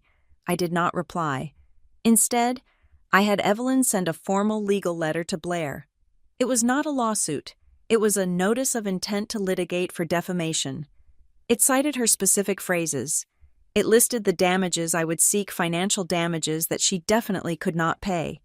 It ended with a simple instruction: cease all public discussion of Ms. Simmons immediately, or face a civil suit in federal court. The video disappeared within an hour. Blair wasn't brave. She was just loud, and loud people terrify easily when you show them a bill. But Miles was different. Miles was panicking. On Thursday afternoon, I was in the middle of a briefing with the Lattice development team when my personal watch vibrated 3 times. Alert: unauthorized access attempt. Target joint investment portfolio. User credentials: Miles Carter. He was trying to get into the retirement accounts. He was likely trying to liquidate his 401k to pay for a lawyer, or rent, or just to buy food. I looked down at my watch. The script I had written days ago was still active. Action access denied. Automated response log file sent to legal counsel and compliance officer. I felt a twinge of pity, but it was distant, like watching a bug struggle in a spider web. He was doing this to himself. If he had just waited for the divorce papers, he would have received a legal allowance, but he was trying to steal. He was trying to bypass the system. I opened my laptop to check the detailed log of the attempt, just to make sure the automated response had fired correctly. I pulled up the raw data. Time 1400 hours. Central European Time. User Miles Carter. Password: correct old password. IP address: 194.20.14.2. I stopped. I reread the IP address. 194. That was not a US IP address. That was not a Wisconsin IP address. I quickly ran a traceroute on the IP. Location: Zurich, Switzerland, District 4, ISP Swisscom. My heart hammered against my ribs. Miles was in Wisconsin. I knew this because my lawyer had served him papers in person at a motel in Madison 6 hours ago. Miles could not be in Zurich, but his credentials were being used in Zurich. Someone was logging in as Miles, using his old password, a password he had likely shared with me years ago, or perhaps written down in a notebook that was now in the possession of someone else. Why would someone in Zurich pretend to be Miles to create a trail? To make it look like Miles was the one attacking me. To make it look like the threat was domestic, personal, and chaotic. If I hadn't checked the IP, if I had just been the emotional wife they thought I was, I would have seen Miles Carter on the log and assumed my ex-husband was harassing me. I would have focused my anger on him. I would have ignored the real threat closer to home.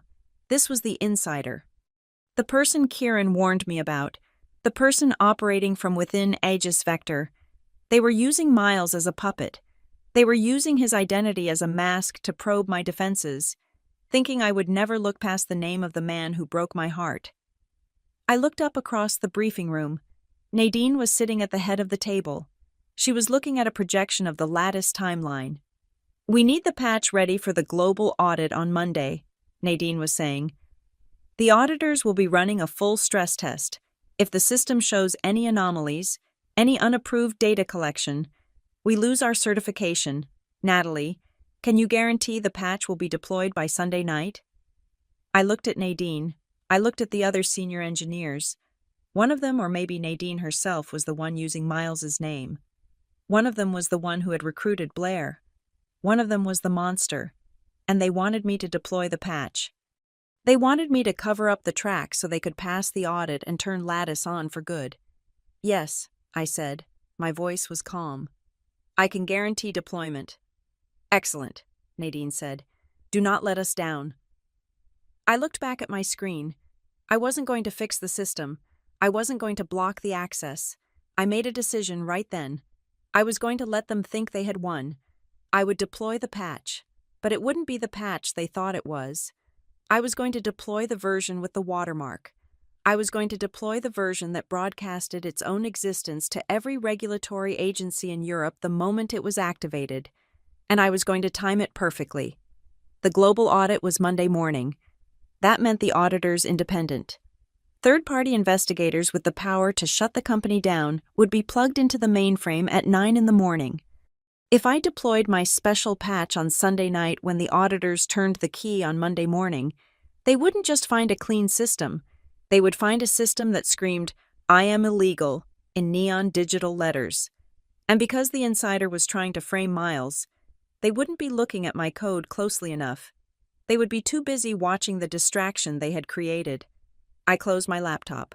"I will work through the weekend." I told the room, "I want to make sure it is perfect." "That is the spirit," a senior engineer named Vance said, clapping me on the shoulder. "We knew you were the right hire." I smiled at him. "You have no idea." I thought. I left the meeting and went straight to the bathroom. I locked the stall door and pulled out the burner phone. I typed a message to Kieran. "They are using Miles's credentials from Zurich. I have the IP, and I have the timeline. The audit is the kill zone. Sunday night, I plant the bomb. Monday morning, they detonate it themselves." I flushed the phone's memory after hitting send. I washed my hands in the sink, looking at myself in the mirror. I looked tired, but I also looked dangerous. Miles and Blair were starving in Wisconsin, fighting over scraps. The insider in Zurich was feeling smug, thinking they had me fooled with a digital mask. They were all playing checkers. They were jumping pieces, taking what was in front of them. I dried my hands. Monday morning, I was going to flip the board. Sunday night in the Aegis Vector server room felt less like a tech deployment and more like a bomb disposal operation. The air was recycled and cold, humming with the noise of racks upon racks of processors. It was 11 in the evening. The global audit was scheduled to begin at 9 the next morning. The room was crowded. Nadine was there, pacing. Vance, the senior engineer, was hovering over a terminal. And standing near the door, arms crossed, was Elias Thorne, the regional vice president of operations. He rarely came down to the server floor. His presence was the final confirmation I needed the stakes were existential. "We are running out of time, Simmons," Thorne said, checking his watch. It was a Patek Philippe, worth more than my first car. "Is the patch ready for deployment? We cannot have the auditors seeing the raw data stream." "I am running the final validation," I said, my fingers flying across the mechanical keyboard. "The code is stable, but the integration with the legacy Lattice kernel is tricky. If I push it now, there is a 0.05% chance of a cascade failure." "Push it," Thorne snapped. "We will deal with a failure. We cannot deal with a discovery." I paused. I looked at Nadine. She was looking at the floor, biting her lip. She knew this was reckless. She knew this was a cover-up, but she said nothing.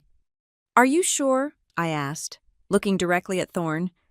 Once I sign this with my digital key, it is live. If it breaks under my name. That is why we pay you the salary, Natalie, Thorn said, his voice dropping to a smooth, dangerous purr.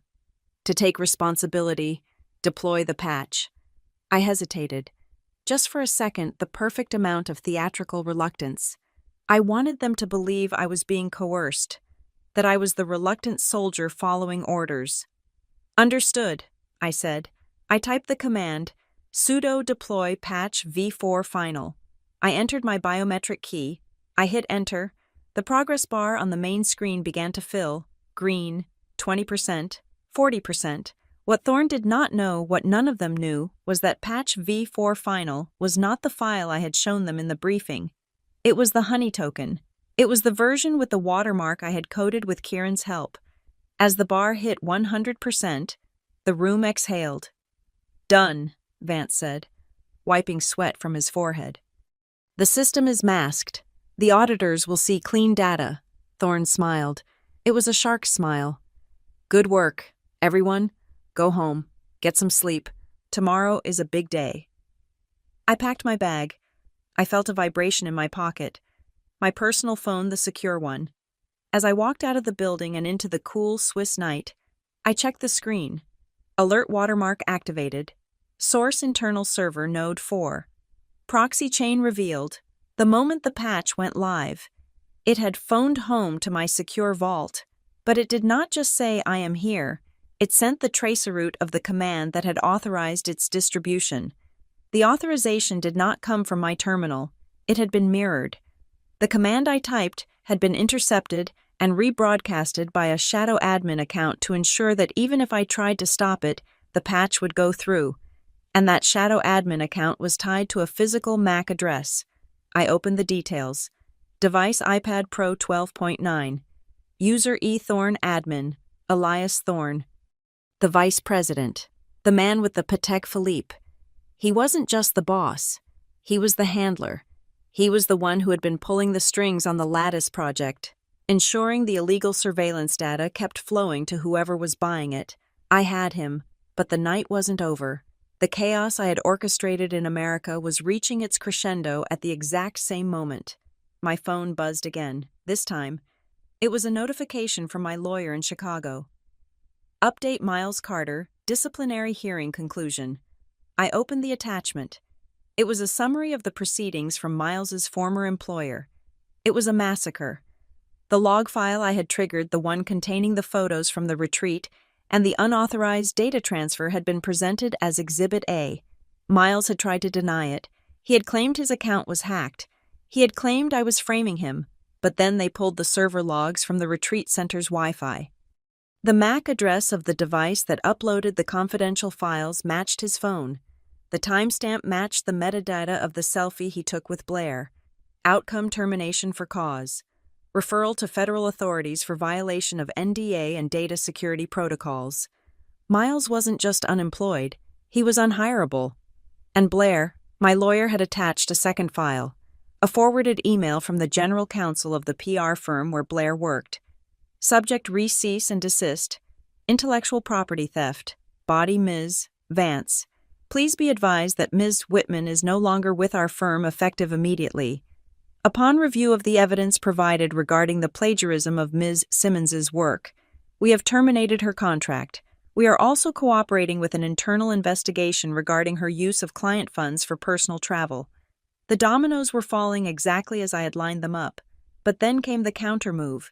I was in the taxi, halfway to my apartment, when my phone rang. It was Nadine. "Natalie, turn around," she said. Her voice was shaking. "Come back to the office." "Why?" I asked. "I just left." Thorn says there is an anomaly in the deployment logs." Nadine said, "He claims you uploaded corrupted code. He has ordered security to seize your laptop for forensic analysis. He is saying you might be a mole." I felt a cold smile touch my lips.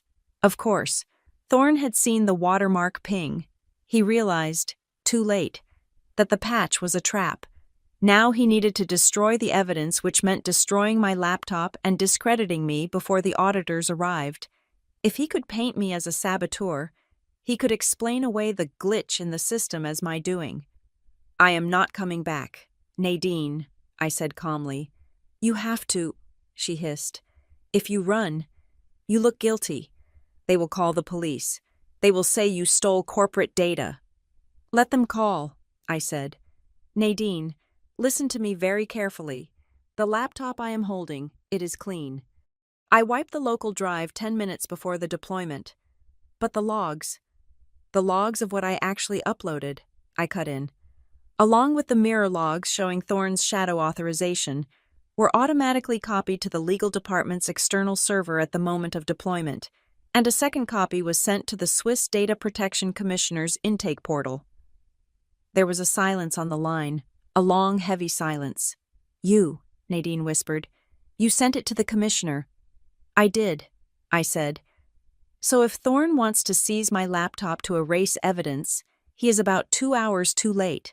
The evidence is already sitting in the inbox of the federal regulator who is conducting the audit tomorrow. I heard Nadine take a breath. She understood. The game was over. Thorne was dead walking, and if she stood next to him, she would die too. I did not know, Nadine said.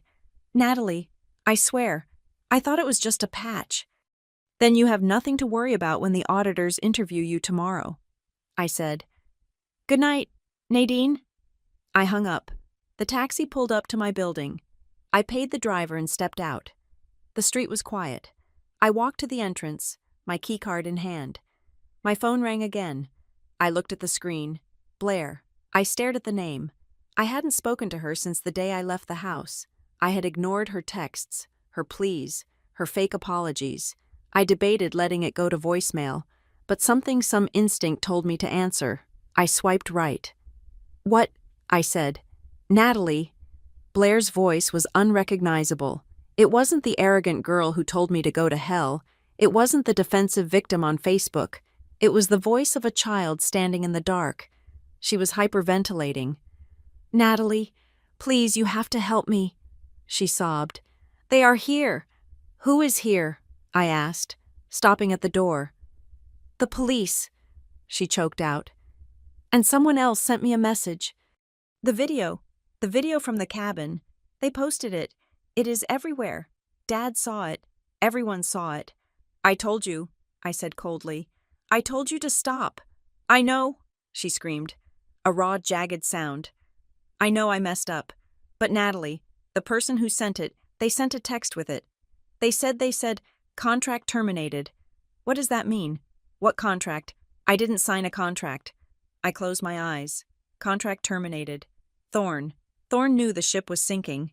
He was cutting loose ends. He was burning the assets he no longer needed. Blair was a liability now. Releasing the blackmail material wasn't about leverage anymore. It was about punishment. It was about creating so much chaos around her that nobody would believe a word she said if she tried to implicate anyone. Blair, I said, my voice steady. Listen to me. Stop crying and listen. I can't breathe. Who paid you? I asked. What? The debt, I said. The gambling debt. $50,000. Who paid it off for you? There was a silence on the line. The sobbing stopped abruptly. How do you know about that? She whispered. Because I know everything. Blair, I know you didn't just stumble into my house. I know you were sent. Now, tell me, who paid the debt? I don't know his name, she stammered. He approached me online, on the poker forum. He said he worked for a recruitment firm. He said they wanted to hire you, but they needed to know if you were stable, if you could handle pressure. And he offered to pay your debt if you tested me. If I made things difficult, she admitted, her voice tiny. He said if I could stress you out, make you distracted, it would prove whether you were tough enough for the job. He said it was a standard background check. I didn't think it would go this far. You slept with my husband as a stress test, I asked, the absurdity of it almost making me laugh.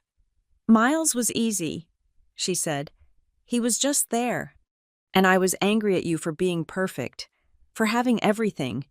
And this man, he sent me money every time I reported on your schedule. He bought the plane tickets, He bought the wine. He bought you, I said. Yes, she wept. He bought me, and now he is destroying me. Natalie, please, I have nothing. Miles is gone. My job is gone. The police are asking about the stolen files. I am going to jail.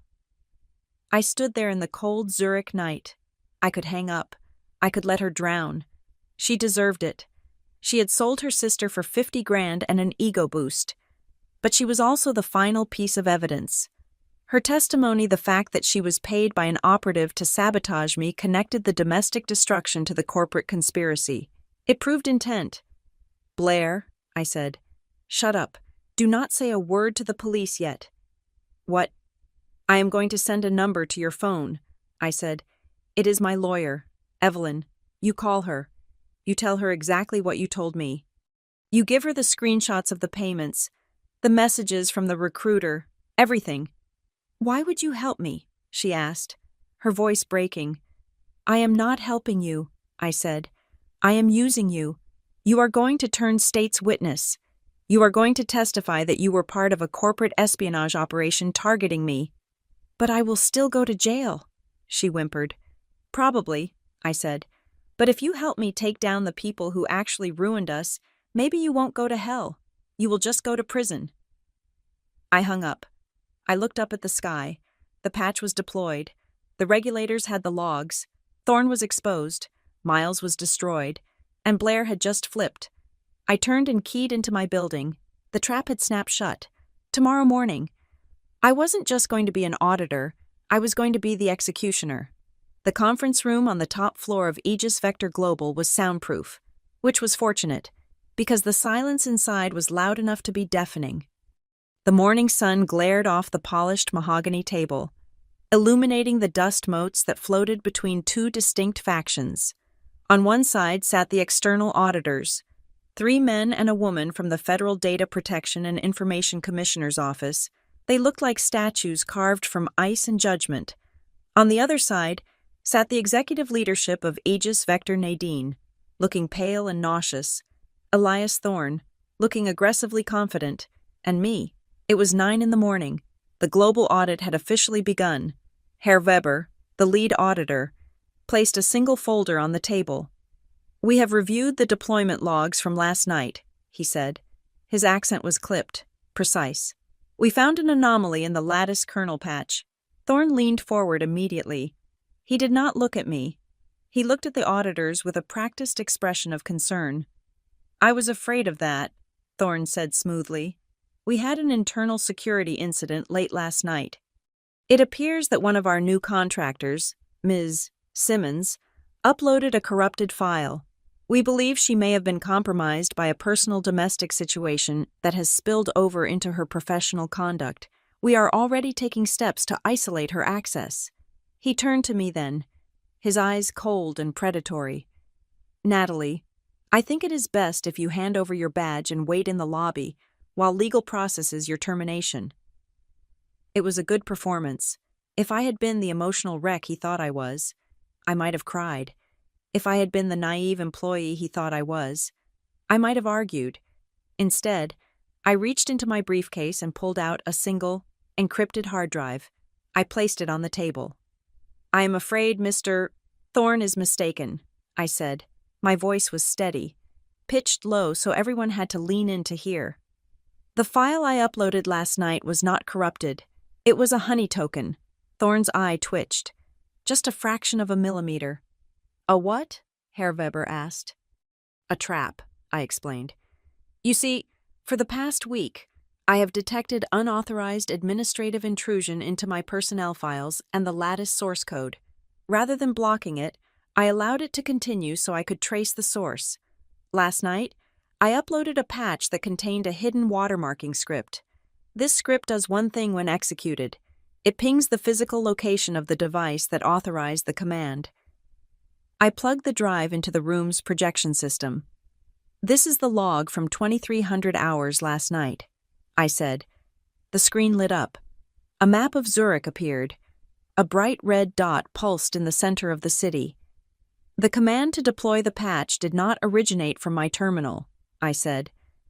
It originated from a shadow admin account that mirrored my credentials, and the physical device that sent the command is identified here.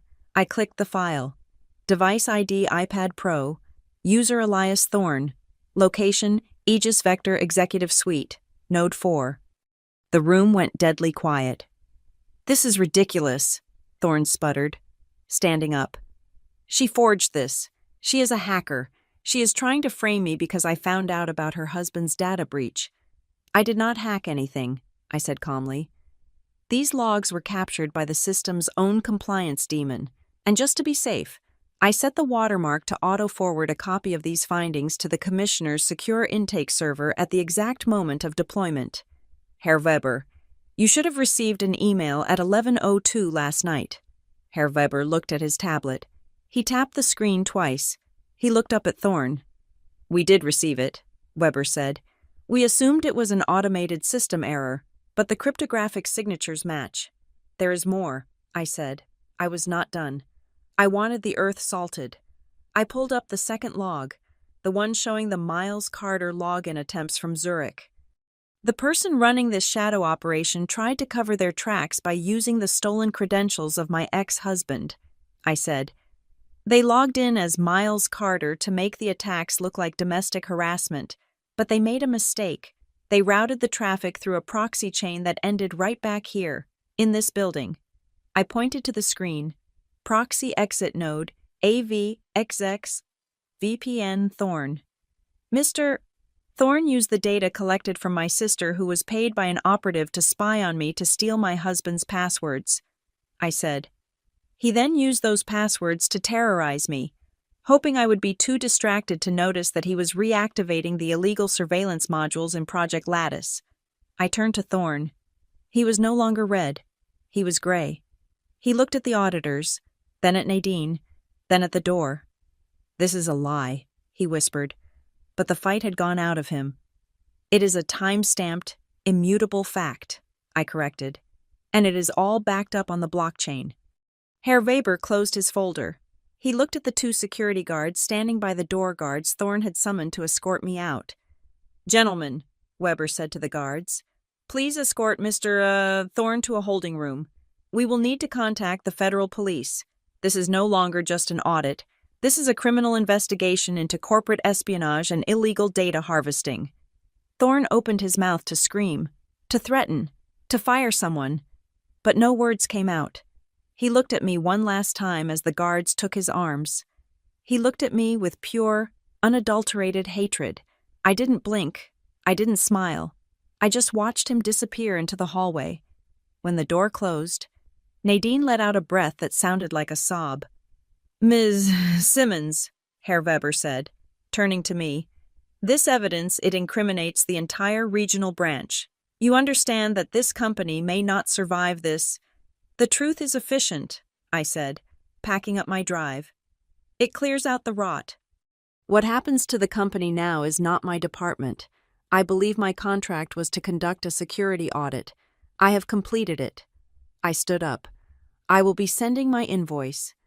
The war in Switzerland was over, but I still had to bury the bodies in America. By the time I returned to my apartment, my secure phone was buzzing with updates from Evelyn. Miles was gone. The termination was immediate. The lawsuit from his company was filed in federal court that morning. He was facing damages in the hundreds of thousands of dollars for the data leak at the retreat. Evelyn told me that during the deposition, Miles had broken down. He had screamed that I ruined him, that I was a vindictive witch who planned this whole thing, but the lawyers just looked at the logs. They looked at the selfie he took. They looked at the timestamps. He wasn't a victim of my revenge. He was a victim of his own arrogance. I hadn't pushed him off the cliff. I just stepped out of the way when he jumped. Then came the call regarding Blair. The plea deal had been signed an hour ago. Blair had sat in a room with federal investigators and spilled everything. She admitted to receiving $50,000 from an anonymous recruiter, now identified as an associate of Thorne, to infiltrate my home. Reading the transcript of her confession was the final knife twist. "Investigator, did he tell you how to evade the security cameras, Blair?" "Yes. He sent me diagrams. He told me exactly where the blind spots were. He told me to smile at the lens in the living room and then cut the feed because he said it would make Natalie paranoid. He said psychological stress was part of the test. Investigator. And the affair with Mr. Carter Blair. He, the recruiter, said that if I could get Miles to turn on her, it would isolate her. He said isolation makes people work harder. I didn't want to, I liked Miles, but I did it because I needed the money. I put the tablet down on my kitchen counter. All my life, I had thought Blair was the emotional one, the one who understood people better than I did. I thought she had charmed Miles. I thought she had outsmarted me in my own house. She hadn't. She wasn't smarter than me. She wasn't even cruel. Not really. She was just weak. She was a hollow vessel that Thorne had filled with poison and poured into my life. Her jealousy made her cheap, and her greed made her easy to drive. Kieran sent me one final text message. It appeared and vanished in 30 seconds. The network is dark. Thorne is in custody. You did good. Architect, now you know. Don't let them write the story for you. I walked to the window. The sun was setting over the lake, turning the water into liquid gold. I felt light. I felt clean. I picked up my phone and dialed Blair's number. She answered on the first ring. Natalie. Her voice was small, trembling, broken. Natalie, is that you? It is me, I said. I did what you said, she cried. I told them everything. Evelyn says I might get probation if I cooperate fully, but my life is over. Nat, I can't get a job. I have no money. Mom and Dad won't talk to me. She took a ragged breath. I am sorry, she whispered. I am so sorry. I just wanted to be you for a little while. I wanted what you had. You didn't want what I had, Blair, I said. You wanted the picture of what I had. You didn't want the work. You didn't want the discipline. You just wanted the keys to the house. Are you going to come back? She asked. Maybe in a few years, when this blows over. We are sisters. Natalie, you can't hate me forever. I listened to her voice. I searched for the anger that had fueled me for weeks. It was gone. I didn't hate her. I didn't love her. I felt nothing. She was just a glitch I had patched. Do you remember what you said to me in the kitchen? I asked. The day I left. There was a silence. I told you to go to hell, Blair whispered. The memory clearly terrified her now. You did, I said. You stood there, eating my food, sleeping with my husband, and you told me to go to hell if I couldn't handle it. I didn't mean it, she sobbed. I was just scared. I know, I said. But here's the thing. Blair, I didn't go to hell. I looked out at the lights of Zurich flickering on, one by one, like stars in a grid I controlled.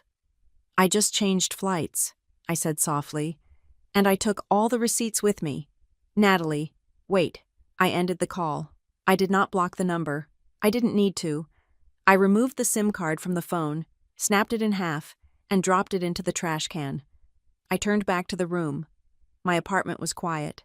My laptop was open, humming with the steady green rhythm of a secure system. I had a meeting with a new client in London on Wednesday. I had a consulting offer from a firm in Tokyo. I was 34 years old. I was alone. I had no husband. I had no sister. But for the first time in my life, the walls around me weren't there to trap me. They were there to protect the only thing that mattered. I poured myself a glass of wine, a vintage I liked, bought with my own money, drunk in a glass that no one else had touched. They told me to choose, I said to the empty, peaceful room. They told me to choose between my marriage and my job. They told me to choose between being a sister and being a victim. I took a sip of the wine. It tasted like victory. Then I whispered, chose me. Thank you so much for listening to this story. I would love to know where you are tuning in from. So please drop a comment below and let's share our thoughts if you enjoyed this journey. Please subscribe to the Maya Revenge Stories channel, like the video, and hit that hype button to help this story reach even more people.